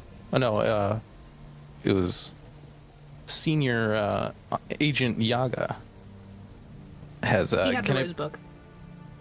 Can I peek over whoever had the other journal shoulder and see if it matches the handwriting? Yep. Okay. Agent Frog. Nope, the handwriting is different. And actually, kind of reading through it, like, it is a different servant. Okay. Are they dated? Is there a similar timeline? Or are they completely, like, years apart? Go ahead and roll keen for me. Ooh. 5. Yeah, I mean, that meets. So you notice that the dates on the book that you're holding have been altered. Oh, shit. That's sus. Have they been altered to be more recent or older? More recent. And then is Agent Cobbler's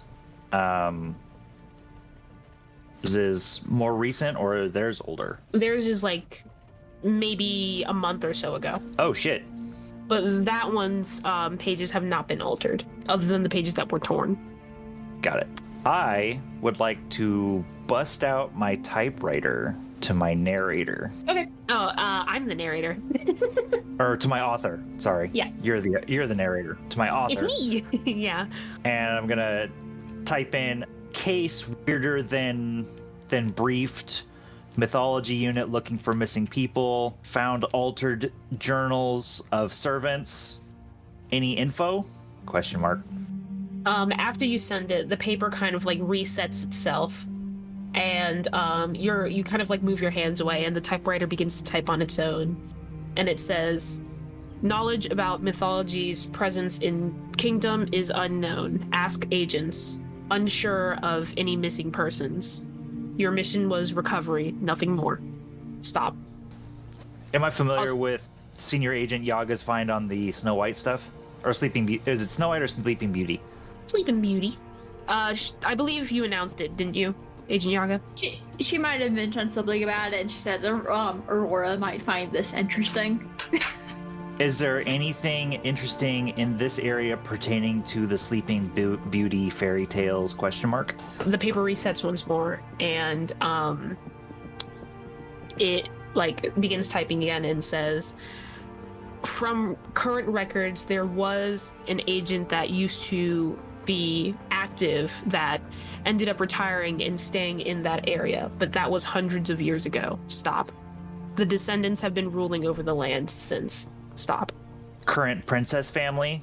Stop. That is correct. Stop. I was about to be like, thumbs up emoji. Stop. Yeah, you can't do that on the typewriter. You can't do that on a typewriter. Nope, can't do that on the typewriter. You got like a special custom key on there. Hold shift space. You just L. like painstakingly. No, you make an ASCII photo of a thumbs up. Oh god. Just use the whole page. 20 minutes later, what are you doing? Yeah, it just takes like the whole rest of the day on a typewriter. Agent Leslie, you do return by the time you've returned by the time that Agent Frog has finished their message. Perfect. Yeah, I'll fly in and then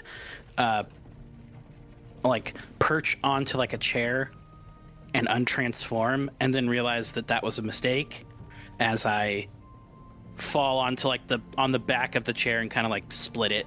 Yeah, you like perch on the chair and transform back into yourself, and you immediately knock over the chair and yourself, and you like hit the floor hard. Yeah. Oh, sorry about that, everyone. So I think the sword is in the next room. Agent Frog. Also, I didn't really see anything else of note. I did see some activity going on in the kitchen. It looks like the ceremony is getting closer to completion. Ah, neat. That hopefully narrows down the search. Only the starting place and where to find missing people, and I'm hoping we don't have to go all the way back to town, but that may be what we need to do. Well, I did see a cellar door in the pantry, or in the kitchen area. Could be used for storage of food, but could also be used for storage of bodies. Why? That's rather morbid of you. I mean, look, keeps them preserved, and it's a natural hiding place. Not very many people are going to go down into the ground. Unless But they're I dead. repeat, why?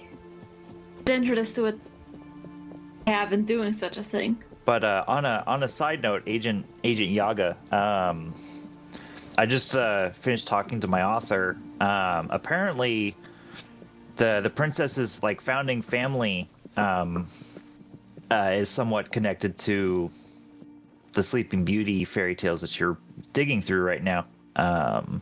But they settled here hundreds of years ago. Oh, looks like there might be some kind of message in here. Do you still show how the ones where the symbol seems to be bolder? There must be some way to connect them. I'm just not sure if it's connected to what we're trying to do, because I would rather not tear this book apart if it's not related.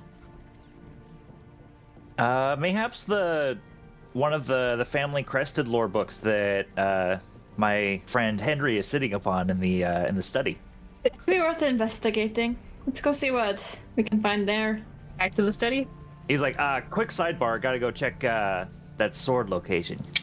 Yeah, I mean, you run into the guest room, the second guest room, Yep. where you were informed to look, and it is a sword. I hold the picture right up against it. I'm like, where's the slightest indication that this is the same sword? Corporate wants you to find the difference between these pictures. It looks identical, just like the other swords. I'm just gonna take it. Okay, yeah, all right. Yeah, you Just- take a sword. It's one of those, it's not your fault they weren't more specific. How could they be? This guy owns 10 of the same looking sword. No, and how are they supposed to know which specific one it is? Exactly. I was hoping there would be some kind of sword grain or small sigil or something that would differentiate it. Yeah, I mean, you won't know all unless you find the the sword. We're just Got gonna have it. to take them all. That's you know what, that's what I'm gonna start doing. All right, yeah. I'm not kidding. Which now I'm those- also doubly armed because now I have a sword. Yeah, so you have another sword. As we're leaving the library, Quinn is gonna stand up on a chair and try and grab one of these axes and be like, "Wait, Agent Frog, you forgot one of these." Yeah, all right, so you grab. Oh, go ahead. I was gonna ask if it's hard for me to pull it off of the wall or not. Oh, I was gonna say that you grab the axe and go to pull it down, and it's set in a formation where they're crossed, and so you just pull the whole thing down, and the other axe clatters to the floor. Perfect. Yes, exactly. Gaga just takes out her notebook and says Leshy needs to learn situational awareness. Desperately needs to learn situational awareness. So yeah, you drop that very sharp axe, and also the thing that was holding it, but you are holding an axe. More like dragging. I'm just wait Why? for me. I'm coming. Yeah, okay, so you're dragging the axe, and you also scratch the wooden floor. Just leave a gouge in the carpet. What are you doing? As you're walking, there's a clean line where the axe is cutting into the floor. Gaga's going to stop, Leshy. What are you doing? Sherms does the face palm and he's just like, all I needed was a sword, not an axe. Is this not a sword? No. But it has a No. blade. It's a weapon. It's decorating the wall. It's an axe. Well, yeah, but I mean, axe, sword. It's all If semantics, he really. needed it, he would have grabbed it. Also, Well, adds but- a note. He adds another note. Leshy needs to understand weaponry. How are we letting him out? Yeah. Yeah, all right, you add another note. Oh, okay. I guess we'll just leave this here then, and I just drop it. Yeah, you Gaga drop will it. take it and go put it back as best as she can, because just no. Sherms is just gonna leave it. This Half embedded in the floor. Sherms, as you're leaving the library, you see a servant kind of rush over and say, "I heard a loud noise. Is everything all right?" Yes. You really should tell the master of the manor to really secure these these weaponry better to the wall. These axes nearly fell and hurt one of his honored guests. She like puts her hand to her cheek and she's like, "Oh dear, I thought they were pretty well secured. I mean, you would have to pull it off in order for it to fall." But I'll go ahead and make note of that. Please, she just sighs and goes to find someone to help her with this. So yeah, I mean, Yaga, you like do your best to put it back, but it was pretty well mounted. Like he literally pulled it off the wall. Like there's Like no hole the in the drywall. wall. Yeah, exactly. Now there's like a big hole in the wall. And if she can't get it up, she'll at least put it somewhere nearby where it's not like a tripping hazard or something. Yeah, for sure. Yeah, it's kind of hard to miss when it's surrounded by like drywall and a big line in the floor and the nicely polished high-class wooden floor. So yeah, you make it so it's not a tripping hazard, even though it's impossible to miss. And I assume you guys leave the library, yeah? Yep. As you guys are walking back to the study, you kind of like look out over the loft and you do see that the sun is beginning to set. And you guys make it to the study. What do you do? Hugo's going to grab all the notes that he recognized the handwriting from and peruse those. Roll keen. 5. They are no longer there. Oh no. Oops. Whoopsie poopsie. Sherms is going to go to the trunk and motion for Henry to stop sitting on it. Henry stands up and is like, we moving? Soon, buddy. And he unlocks the trunk, opens it up, and pulls out the lore books with the family crest on them, and motions for Agent Yaga to bring their Sleeping Beauty compilation over to the study desk. Hey, Bill. Okay, you do so. What you guys planning on doing? Can I talk to Henry? No. Is that possible? No? Okay. I mean, you can, but it's gonna be like super like cut out and like, it's gonna be hard to actually communicate with him because he is like a ghost. But I can see him, right? Sorta. Okay. He's like a force ghost, except more translucent. Yeah. I'm And gonna also slide like up flickers in and out. and be like, "Hey, Henry, give me a thumbs up if you saw anyone come in and fiddle with the notes on the desk here." You see a very ghostly thumbs up. I think Ooh. they're onto us. You described them. I don't know, like a lady. He says this is just some lady. Was she like finely dressed? Was she servant layer dressed? I mean, everyone here is kind of well dressed. So like, I don't know. She was wearing white. Is that important? Yaga will describe the servant we ran into. Was that her or? Nope. Do I have a description of the princess? No. Oh. And Yaga's asking, was she wearing a white dress? Henry points at Agent Yaga and says, "Yeah, that. She came in. She was like looking for something. Was rummaging around. And then she just picked up some books and some notes and dipped." Did she say anything while she was looking, like talking to herself? Nope. She looked real focused. She did look at me, which was kind of weird, but Wait, she actually saw you? yeah, I'm a ghost. All right, that definitely has to mean that, because I'm kind of assuming that like non-fairy or mythology touched people can't see Henry at all, and then like, people who are touched can see him, but as a ghost, and then I see him like normal because he's mine. Yeah. So if the princess and her entire family line are affiliated with the fairy tale agency, that means that they're all somewhat event touched. which means, by process of elimination, it was definitely the princess. An astute observation that I can neither conform nor deny. Is there a porch in this room as well? Yeah, there's a terrace. Okay, can I go out and see if I can see any princess-looking people gathering in the garden down below? You can look down and I guess roll keen. 6. Sweet. You do not see any princess-type characters, but you do notice one of the people in the white painted masks staring directly at you.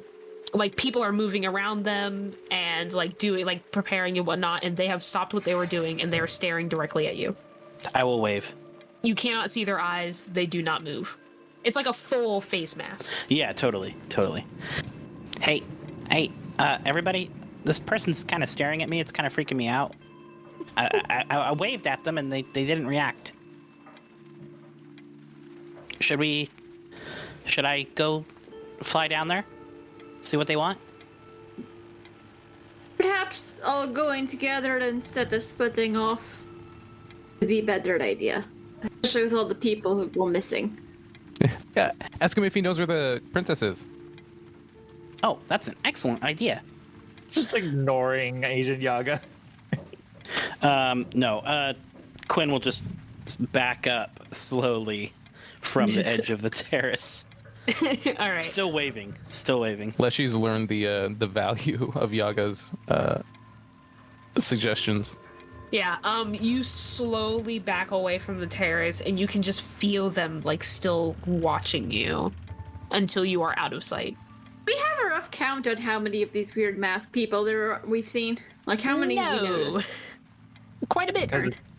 It's a good mix. Like, maybe 1/3 of the people. Ooh. Okay, so it's like, are there just 12 people? No. It's like, because there's a ton of, like, the whole town is kind of pitching in for this. So there's, like, the bakers coming in through here, his family, whatnot. Like, just, like, a ton of people are coming in and out. And you notice that, like, about 1/3 of the people are wearing those sorts of masks. And, like, some of the servants are, some of the townspeople that come in are, but not everyone. Like, there will be a family of, like, a mom and dad and their kid helping out, and maybe, like, the kid is wearing a mask. Like, it's a random amount of people having these masks. Okay. We didn't see it. Would there have been anything in the lore book that we saw that would explain that? No, because these are all lore books about Fae. Fair point. But we happen to have 4 family lore books that the agency might not have. Yeah, and they're all about the Fae. Oh, okay. Yeah.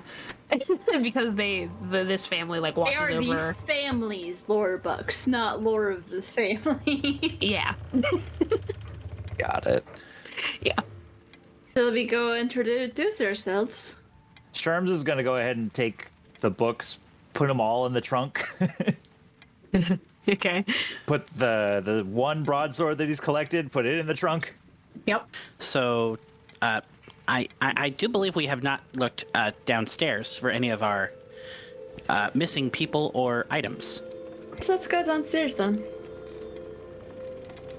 You all traverse downstairs? Yay, Yep. nay, yay. Okay, cool. Definitely going to pay special attention to any and all white mask people I see. Go ahead and roll keen for me if you're paying attention to specifically white mask people. Sure. 9. Aga's 5. also going to be paying attention. Who else paying attention?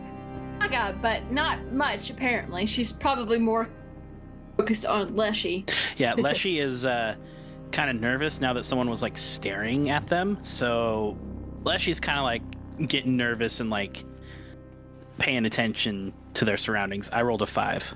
Is Agent Frog paying attention as well, or just, like, beelining to get these dang swords? He's actually looking for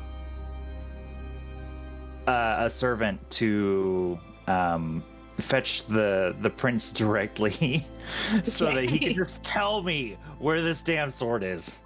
Okay, yeah. All right, yeah. While you're kind of looking around for a servant that isn't, like, currently holding something heavy and stuff like that, just like an available servant. Agent Cobbler, you do notice that every so often one of the people with white mask will like stare at your group, and even if you make eye contact, they'll continue to stare and then slowly turn back to what they were doing. Have we ever heard one of these white mask people say anything? No. Oof, that's spooky. You haven't heard them say anything directly to you, but you do see they're standing in front of someone and that person is talking to them, and they seem to be like they're talking back. Okay. Yeah. A seam is pretty heavy there in the middle of that sentence. Well, I mean, you can't tell what their face is doing because they're wearing a completely white, porcelain mask. Agent Frog, you are able to find a servant and you pull them aside and ask them to go get the prince, and they do dash off. What are you guys doing in the meantime? And are you guys just standing in the Grand Hall? I don't know if we want to split up now that they're watching us. Is there anything I can roll to see if I can figure out why these white mask people are suddenly getting weirdly intent on us? Nope. That sounds like a thing you gotta talk to them and ask them about. We'll go with that, actually. Well, unless anyone else wants to do anything. Yeah, just go up and do the kind of do the confused tourist. I just have to know what's with the masks. Just Yeah, go up and exactly. ask 'em. Just walk up and hey. That's pretty much what I'm doing, unless anyone else is doing something. Go for it. Go for it. I was kind of interested in the art hall. Well, Hugo will get annoyed at watching the masks watch him, so he's just gonna march right up to one of them and be like, "Hi, did you want to talk? I noticed you looking at me. Your mask is really interesting. Could you tell me about it?" Are you walking up to one of them that is staring at you? Yes, the one that's looking right at me. Okay, yeah, you do so. Roll resolve. My resolve is 4. Okay. You look up at this person and you get ready to open your mouth to say something, but you are washed with an overwhelming sense of dread and fear, and you kind of reflexively back away.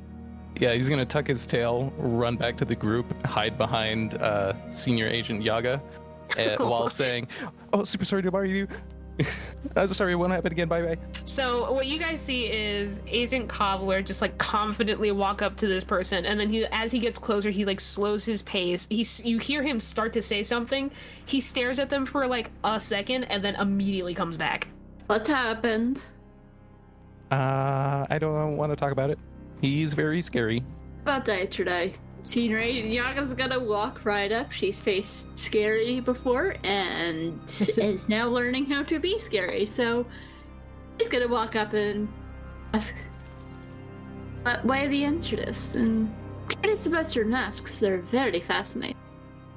Roll resolve. Come on, dice. Heck yeah, 10. Yeah, you beat it. You kind of feel that overwhelming sense of dread, and it's familiar to you because you spent so much time with Baba Yaga that it is overwhelming. It kind of feels like that first time that you met her, that fear that you had, but then that kind of washes away from you, and the person just kind of stares at you. I feel like anyone watching her sees her shoulders tense and then they just relax. Yeah. They just kind of tilt their heads slightly. The other 3 of you, do you mind rolling keen for me? 9. I am never not using these dice. I got an 11. Damn. Oh, I said 4. Sorry. Okay, so as Agent Yaga walks up to this person, you do see her visibly tense after she gets to a certain threshold, but then she kind of pushes past that and walks over and starts talking to them. And as she does, this person looks at her and tilts their head, and to the 2 of you that didn't roll a 4, you kind of look around and you notice that all of the white people that are within eyeshot are looking at you guys, and more specifically looking at Agent Yaga, and they all have their heads tilted the same way. All of the white masked people. Yeah, but you don't notice that because you're talking to one of the white mask people. Yeah, she's like, well, this is a good way to get information. Keep the intention on me. The others might notice something. Understands the value of teamwork. It doesn't realize how rather unsettling this situation is. What do you guys do? I will say, Agent Leshy, you probably notice that the other two with you are kind of looking around and they do not seem like they're having a good time. Excuse me, Agent Cobbler, you seem very distressed. Might I offer you a gentle back rub? Yeah, I'll take you up on that offer afterwards, but we might have a bit of trouble right now. He's gonna nod his head towards the white masked people. Oh, yeah, that's very strange. Why are they all looking at Senior Agent Yaga? That's what I'd like to know. She's currently talking to one of them. Yeah, you're talking to one of them, and like I assume you're still like asking them questions and stuff, but they're not responding to you whatsoever. And she's keeping her posture relaxed, but she's also ready just in case things go sideways, but she's not currently attempting to look threatening. Yeah. Okay. Sherm, what are you doing? Feeling very awkward. Fair enough. Like he's just like not used to this part. Yeah, this is very unsettling. It's very unsettling. I'm going to slowly head my way outside to the courtyard. Okay.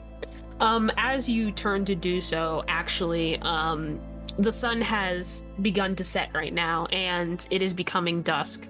Some bells begin to ring, and it seems like the ceremony is going to begin. And so a lot of people are beginning to file out into the courtyard as well. They're across the fountain.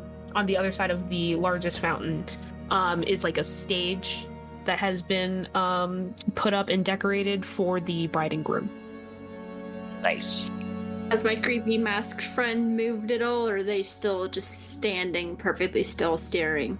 As like everyone is like starting to file out, like once the last few people, like once the crowd starts to thin out, all of the white masked people begin to move at once and follow suit. Quinn is gonna whisper to Agent Cobbler, you know, while everyone is distracted, this might be a good time to finish looking around the house. You did say there was a cellar, didn't you? Yes, I did. Shall we investigate? Lead the way. Actually, no, he's not going to say lead the way. He's going to say follow me. Because Leshy. You don't want the klutz sneaking around, taking the lead? How shadowy is it inside? Probably not much. Well, it's getting dark. Yeah, I mean, it's dusk, so it is becoming dark, but there are quite a bit of candles kind of lit amongst all of the decorations and whatnot. So it is decently lit, but there are some places that are shadowy. Yeah, best as he can, Hugo's going to sneak along the shadows, dart from shadow to shadow all the way down the hall to the kitchen and see what he can see. Okay. Agent Leshy, go ahead and roll keen. That's a big fat goose egg. That's a 1. You lose Agent Cobbler. Oh no. He steps into some shadows and disappears. I'm just in the art hall, just like looking. I get too distracted by the art. I'll go ahead and say that because you rolled poorly on keen to follow Agent Cobbler, you do like investigate this art pretty deeply, and you notice that the art in like a lot of the art is like either landscapes or like paintings of the garden or the courtyard, but there are also family photos. And the one thing that kind of like actually roll keen again for me. That's a 6. Okay, yeah. The one thing that you notice is that the royal family, like the people that kind of rule over this area are in more ornate frames, and they're kind of like put up along the wall in like family portraits and whatnot. And the one thing you notice is that all of the women that are in the position of queen or princess all look almost identical, save for a different hair color or a different eye color, but bone structure, facial structure, it is all the exact same. Oh. Agent Cobbler, where'd you go? Yeah, he's gone. Agent Yaga, what are you doing? These masked figures are leaving. She is now very suspicious of them, just for the behavior, the fact that it didn't speak, the fact that it just stared and tilted its head. She's... Sorry, Leshy. She's not following you. She's following this masked figure because she's like, I don't trust this. There's too many of them. I don't trust this. And I believe Agent Frog is going outside as well. Yep. All right, so you two, yes, with the party. So you guys go outside, and the ceremony begins. And music is already being played. People are sitting down in their seats. The masked figures, most of them are on the outskirts, like kind of standing around the seating area or around the fountain and whatnot. Some of them are in the crowd, like seated, but it's usually like, I mean, they're pretty spread out. It's not that many. Most of them are actually standing on the outside. And for the first time, you do see the princess as she walks onto the stage with her soon-to-be husband. And there is a priest kind of like reading out everything, and the ceremony to be wed is beginning. Agent Cobbler, you're darting around in the shadows. You have lost Agent Leshy. Yeah, when I notice, I'm gonna stop for a bit and be like, how can I be the junior agent on this team? But yeah, so I'm gonna try and make my way to the kitchen and peek in and see if the coast is clear. If I could make my way to that that cellar door. Excellent. So he's just gonna confidently march on over and open her up. You pull on the handle and it is locked. Can I attempt to pick the lock? Sure. Roll keen. Let's see, 9. Yeah. It takes you a bit, but you do eventually pick the lock. Agent Leshy, what are you doing? I am going to start running towards the kitchen. Okay. Assuming that's where we were going. Yep. Yeah, you run towards the kitchen, so halfway through you picking the lock, Agent Cobbler, Leshy runs in. Oh, I do apologize. I lost you for a moment, but did you notice back there with all the paintings, the princess, queen person in all the family photos, all basically look the same? Is that's weird, right? Certainly weird. I think it's all starting to come together. Oh crap. I'm not with the group because it would be great to ask, what's his name? Your servant, your manservant. Oh, Henry? Ask Henry. To ask Henry if that is the woman he saw. But I'm not there. Yeah, you're not there. Yet. Unfortunate. Anyway. Oh well. Are we going to continue on here or go back to them? Yeah, I mean, it's still Either. on you guys. Okay. I see you're picking that lock. Are you sure we should do that? I'm not sure of anything anymore. But As if we you need say that, the lock clicks open. And as I'm pulling it open, I'm going to say, but if we're going to figure out anything here, we're going to need to take some risks. And he's going to stick his head down in the cellar. Yeah, all right. Agent Frog and Agent Yaga, you guys are watching this ceremony, and it doesn't seem to be like a traditional like wedding ceremony where the vows are super long and there's like a, the whole long spiel by the priest. Eventually they do like the whole kiss the bride thing, and they are officially wed. And the priest begins to walk off the stage, and the princess steps forward to address the crowd. And she says, "Hello, everyone. Thank you for joining us on this wonderful day. I appreciate all of the help from everyone here, and I would like to say a special thank you to our guests that have come." And she gestures to you two standing on the terrace. Oh, shit. And the crowd kind of turns around and like claps, and she smiles. And the Prince Philip is also like pretty happy because, you know, he just got married. What are the mask people doing? They have not moved. They are still staring forward at the stage. My attention's been mostly on them, but when people start paying attention to me, I do just kind of roll with it, but I'm keeping my eye on those masked people, the masked individuals. Yeah, those dastardly guys. Sherms is definitely like reveling in it. Yeah, yeah, He's of like, course. yeah. She, like, after everyone, like, the applause settles down, she turns back to the crowd and she says, "As you all know, 10 years ago, I fell ill.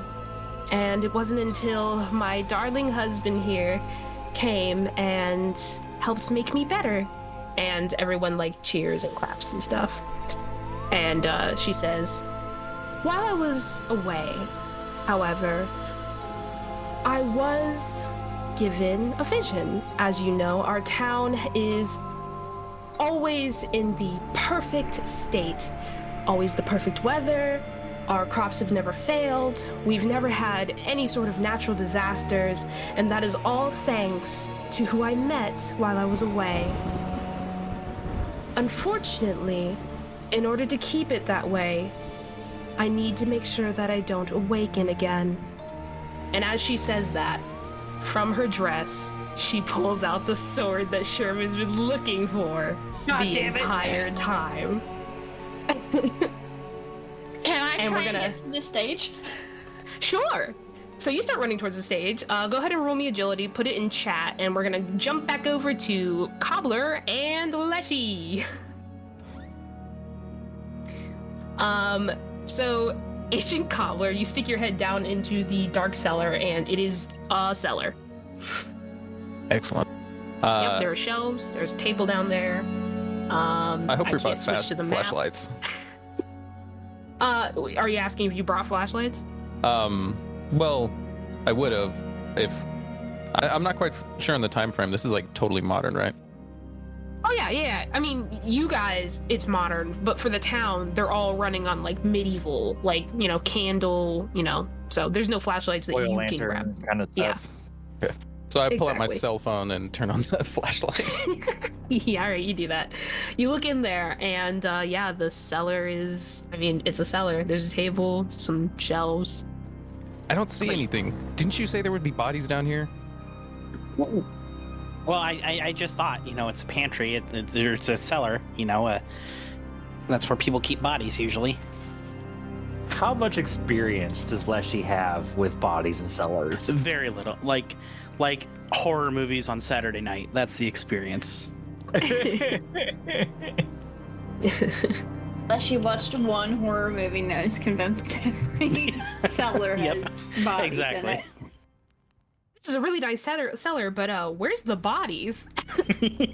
Yeah, I mean, you don't see anything down there, but you are just like hanging upside down, sticking your head down into the cellar. How like big is it? Big. Big? Okay. Then not seeing anything immediately, he will drop down and start poking around in the corners and whatnot. Okay, there is a ladder, but if you drop down, go ahead and roll agility for me. Oh, sure. He'll be flashy about it. Yeah, roll 10. agility. Thankfully, Okay, yeah. I put stats in that. All right, excellent. You like kind of let yourself slide down, and you do a flip and land on your feet. Agent Leshy? Yeah. Oh, that was Is quite Leslie gonna impressive. try and do that? Yes. Let me try as well. Oh no! Yeah, I knew it. 2. So Agent Leshy attempts to do the same as you and doesn't do it as gracefully, and so instead of landing on his feet, he lands on his head. You're gonna take. Oh, Jesus! I ended the task. Well, there is a body down here now. Yeah, you knock yourself out cold. You Oh, are no. at 0 vitality. Oh no. Try the gong. Could I use my fate coin? Yeah, sure. What do you want to do? All right, I forgot we had that. I would like to not Oops. fall on my head. Like, I would like to maybe, seeing that I'm about to fall, like maybe like I lose my grip, and so instead I reach into my jacket and grab my feather and turn into a hawk. Yeah, okay. So, as you're falling, it kind of goes into bullet time for you, and you realize you're probably not going to make it out super great. So, reflexively, you just like shove your hand into your pocket and pull out your feather and transform before you hit the ground. And you just, as soon as you get like an inch from the ground, you begin flapping your wings and you're flying. Thank you for not switching places with me. Oh. So, mark that you have used your coin. Yep. Okay. So back to the agents outside. You see the princess pull out this sword, and I believe you guys are both running towards the stage. Yes. I Agent Yargo. definitely am. What Yeah. was your roll? Was I rolling? Yeah, roll agility. Okay. To 5? Hey, we both got 5. As you both are running towards the stage, a few of the white masked people intercept you and slow you down before you can get to the stage.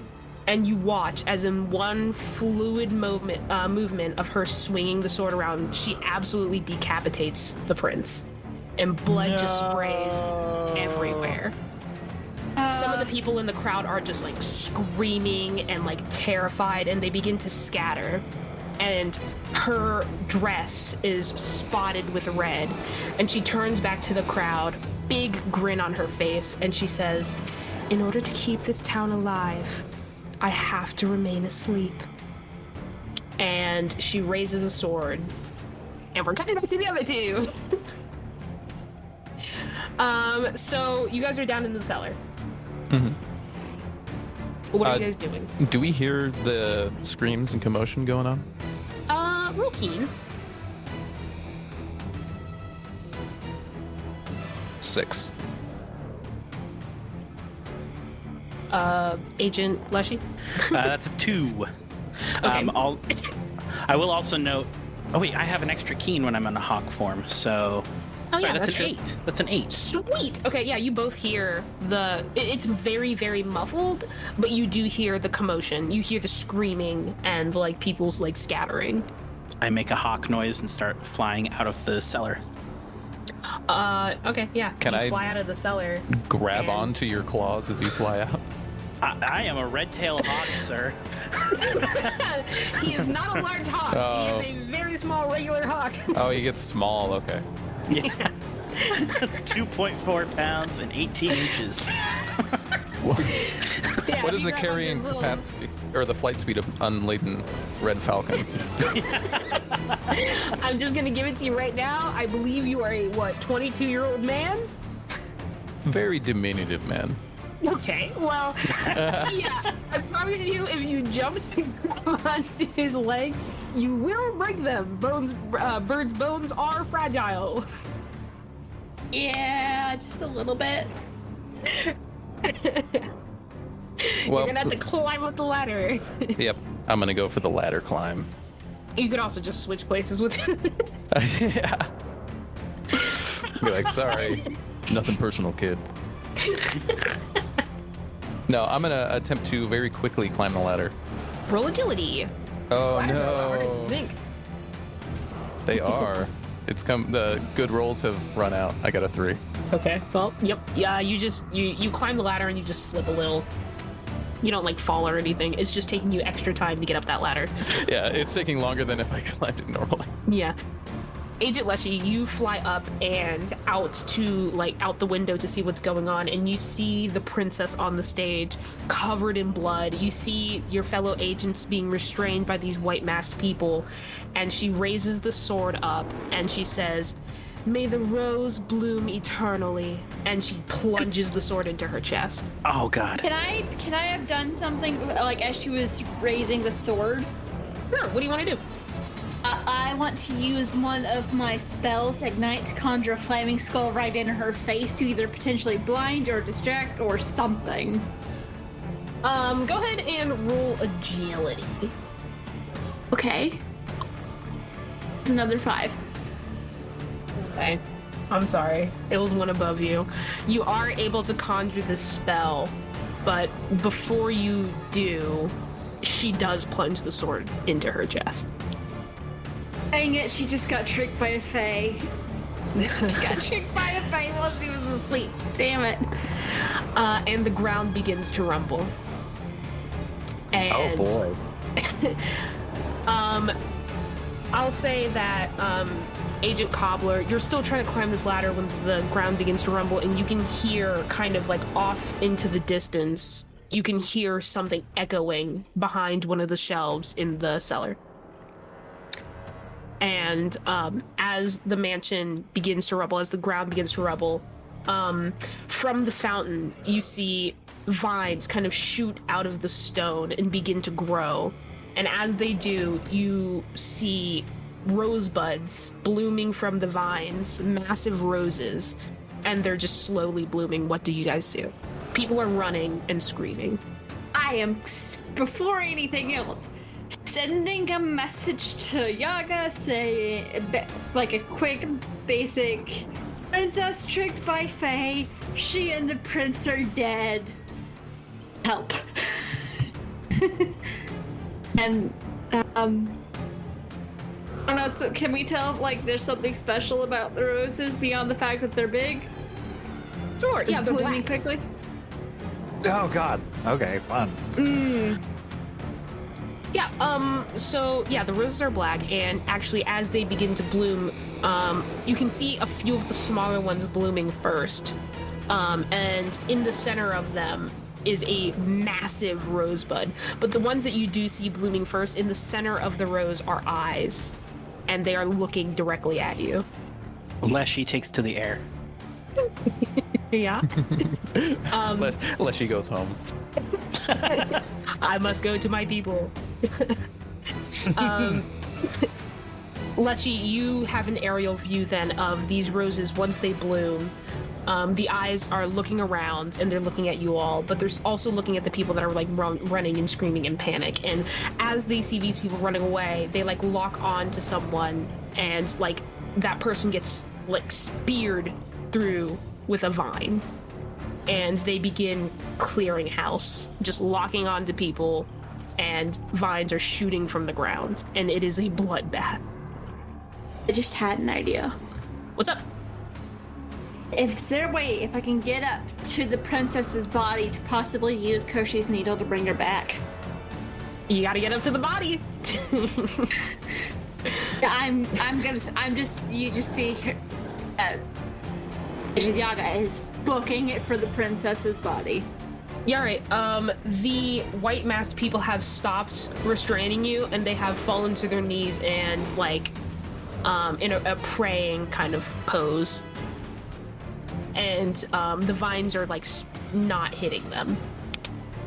Roll agility for me, Agent Yaga. Okay, I should have dumped another in agility. That was a 6. Nice. Okay, yeah, you dodge a vine as one of the roses has locked onto you, and it tries to spear you through, but it misses, and you keep running. Agent Frog, what are you doing? So as these vines are going out and lashing out at Agent Yaga, I'm going to pop my golden ball off my cane and shove it in my mouth.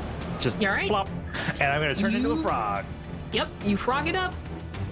What are you doing? I'm beelining it for the stage. Okay. I have a frog following me. Cool. Yeah, you are small enough that the roses don't really take much notice of you. Yet. Yet. More of these roses are blooming from these vines. Agent Cobbler, what are you doing? The noise I heard behind the bookshelf, was that like a spooky noise, or was it just like Yeah, kind of like the ground is cracking and echoing sort of noise. As much as I'd love to investigate, my people need me. You take to the skies. No, Yes. you climb up that ladder. Yeah, I climb up the ladder, and are there any doors in the kitchen? No, but there's doors like leading back into the dining room, but the Yeah, windows back are in, open. but outside. Okay, then I'm gonna hop out the window, and First they're floor. like on the deck. Is that right? Now the agents are like closer to the main fountain. They're aiming to get to the stage, which I'll just go ahead and draw that for you right now. Oh, okay. So yeah, I'm gonna hop out on the north window of the kitchen, Yep. and seeing that they're going for the princess on the stage, and being kind of bewildered at the sudden development of a giant thorn monster with black eye roses. Yep. He's just gonna try and make his way to the same place. All right. Roll agility for me. 8. Okay. You successfully dodge the vines. You will get there before the other two agents. Agent Frog and Agent Yaga, please go ahead and roll agility for me, and if you could put that in chat. And then Agent Leshy, what are you doing? Are you literally just leaving? No. I was just flying above the chaos to try and see like a good vantage point. Gotcha. What? Okay. So I can see like where like so this thing with the eyes, is that almost like it seems like the center of like this creature's being? Yeah, I'll say that the rose sprouted right here in front of the stage and in between the fountain. Okay. And vines are just kind of like shooting up randomly in places, and like they're growing over the fountain and whatnot, Excellent. and just like spearing people. Well, Brianna will know this trick very well. I'm going to fly directly over this little central thing, Yeah. and I would like to untransform mid-air, Okay. and then grab onto my bear claw. Sure. Ethically sourced bear. All my artifacts are ethically sourced. Yes. No animals were harmed in the collecting of artifacts. And transform into a bear mid-air to like come Sweet. down on this thing. Okay. Roll agility. Sure. That is a 5. Excellent. And roll agility again. A 4. Not so excellent. So you do successfully transform into a bear, and the thing about bears is they're quite large, and so when you have multiple eyes, it's kind of easy to see large things. And so this rose, the main one, has finally bloomed, and a giant eye in the center of it looks up at you as you're following in this bear form, and 2 of these vines strike and spear you. So you're gonna take I'm gonna say as a bear you have 5 vitality. Okay, that's good. You take 3 Oof. as 2 of these vines kind of spear you and stop you in midair. Okay, cool. Agent Yaga, you are running towards the stage, and you look up in the sky and see Agent Leshy transform. And because you are momentarily distracted, one of the vines does get you in the leg, and you lose 1 vitality. So I'm like, if I need to get there before I lose any ability the needle has. I need to get there fast. Yeah. Agent Frog, you are able to avoid these vines, and you meet Agent Cobbler at the stage. Nice. What are you guys doing? Once I reach the stage, I'm going to plop out the golden ball and turn back into me. Yep. And then I'm going to grab the broadsword. Okay, yeah, you do. You pull it out. I believe you have something that belongs to me. For I'm looking the for this everywhere. For the agency. Yeah, you pull out the broadsword from her chest, and you whisper to yourself, for the agency. And you look down at the princess, and she is just smiling super wide, and her eyes are like fully open. I hate that. Thanks. Yeah, of course. yeah. It's one of those like she's dead and she's just got like the permanent grin on her face, right? Yep. Yep. With the sword, going to snap my fingers and summon Henry, the trusty and faithful. Yeah, he's there. He's like, whoa! What's going on here? Bad stuff. Anyways, take this, and I hand him the sword. He takes it. Get that in the trunk, and make for the train station. You got it, boss. And he goes and does that. You're just a floating, blood-covered sword. Yep. I give him the key too, it's just so he can actually get into the damn chest. Thanks, boss. He keeps running. And then, if I can do like one more thing, I'll draw my cane sword. Yeah, all right. Yeah, You do so. I've given Hugo a ranged weapon. That's cool. He's gonna pull out his hand crossbow and attempt to shoot the eye monster in the eye. Yeah, I'll allow it. Okay. Go ahead and roll agility. Either agility or keen, up to you. Oh. 12. What was it? God damn. 12. Sweet. You super hit it. Which one were you aiming at? The big eye or like one of the other eyes? The one that's directly below our boy Leshy, staring up at him. Great, the super big one. So you fire it at it. You are behind it, so you can't see the eye, but you fire through the petals. And Leshy, you see this thing. It's like pupil kind of like constricts, and like it looks like something has hit it. And it lowers the vines and kind of lowers you to the ground and turns directly to the two of you on stage. Wonderful. Oh, It's number 3 I'm frantically sorry. trying to get to the stage. Yeah, Yaga, you can go ahead and roll agility once more to get to the stage. Okay, because I feel like I'm getting close. I was tiny. I was just able to dodge all the bad Listen, shit. okay, I got another 5. You are able to get to the stage. Alright, so I'm gonna go up to the princess. Am I Yeah. allowed to do 2 things? Essentially? Yeah, I'll allow it. Go ahead. Okay, so first thing I'm gonna do when kneel next to her is I'm going to channel winter, so that'll lower the area around the body and hopefully lower the body temperature 10 degrees. Okay, go ahead and pick high or low for me. I meant to do this at your last spell too, my bad. High. High? Okay. Yeah, you attempt to cast this spell, but there's too much going on and you can't focus enough to cast this spell.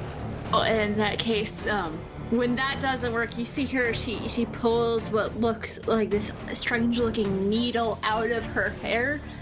She's gonna like place it over the wound, put up the magic cloth on top of it, press down on it, and use whatever magic Yaga taught her to see if she can get the death ward to work on the princess. Okay. I'm gonna need one heck of a keen roll. Well, I have two d6 in keen, so that was a 7. Oh, no, probably not. No, I'm sorry. I rolled super good.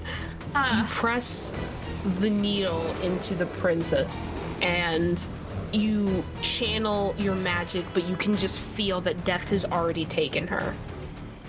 And at that, you kind of look up at this rose with one massive eye, and you look at your companions around you, and as you're kind of taking it in, seeing the carnage that this thing has laid waste to, did I say that right? Laid waste What? to? I Laid think waste you to. transposed I think you might have switched the W and the L, but that's okay. Yeah, okay, well, yeah. You know what I mean. All of you roll me one final agility. Do I have any extra agility as a bear? No, Try you get not. Brawn, actually. Oh, 5. 5 as well. Ew. What did you get, Chris? 4. Okay. Well, sorry, guys. You all are kind of like stuck in this situation, and this rose keeps like pushing vines up through the earth, and eventually it's just too much, and everything kind of fades to black.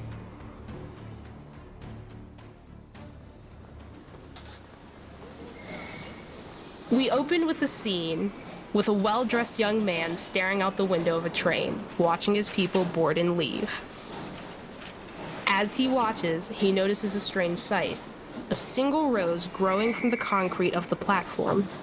His thoughts are interrupted when he feels a weight shift on the seat. And that is where we will end it.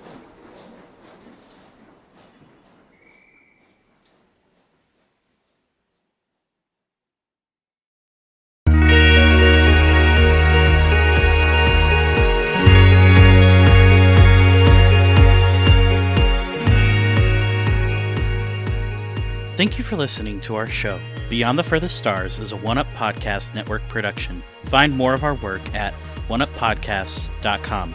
Intro and outro music by Dustin Carpenter. Background music provided by tabletopaudio.com and used under an attribution, non-commercial license from Creative Commons. Tracks include Age of Steam, High Rannoch Village, Throne Room, Antiquarian Study, Middle Earth, Dawn, Castle Kitchen, Court of the Count, All Hallows Eve, and Terror in the Woods.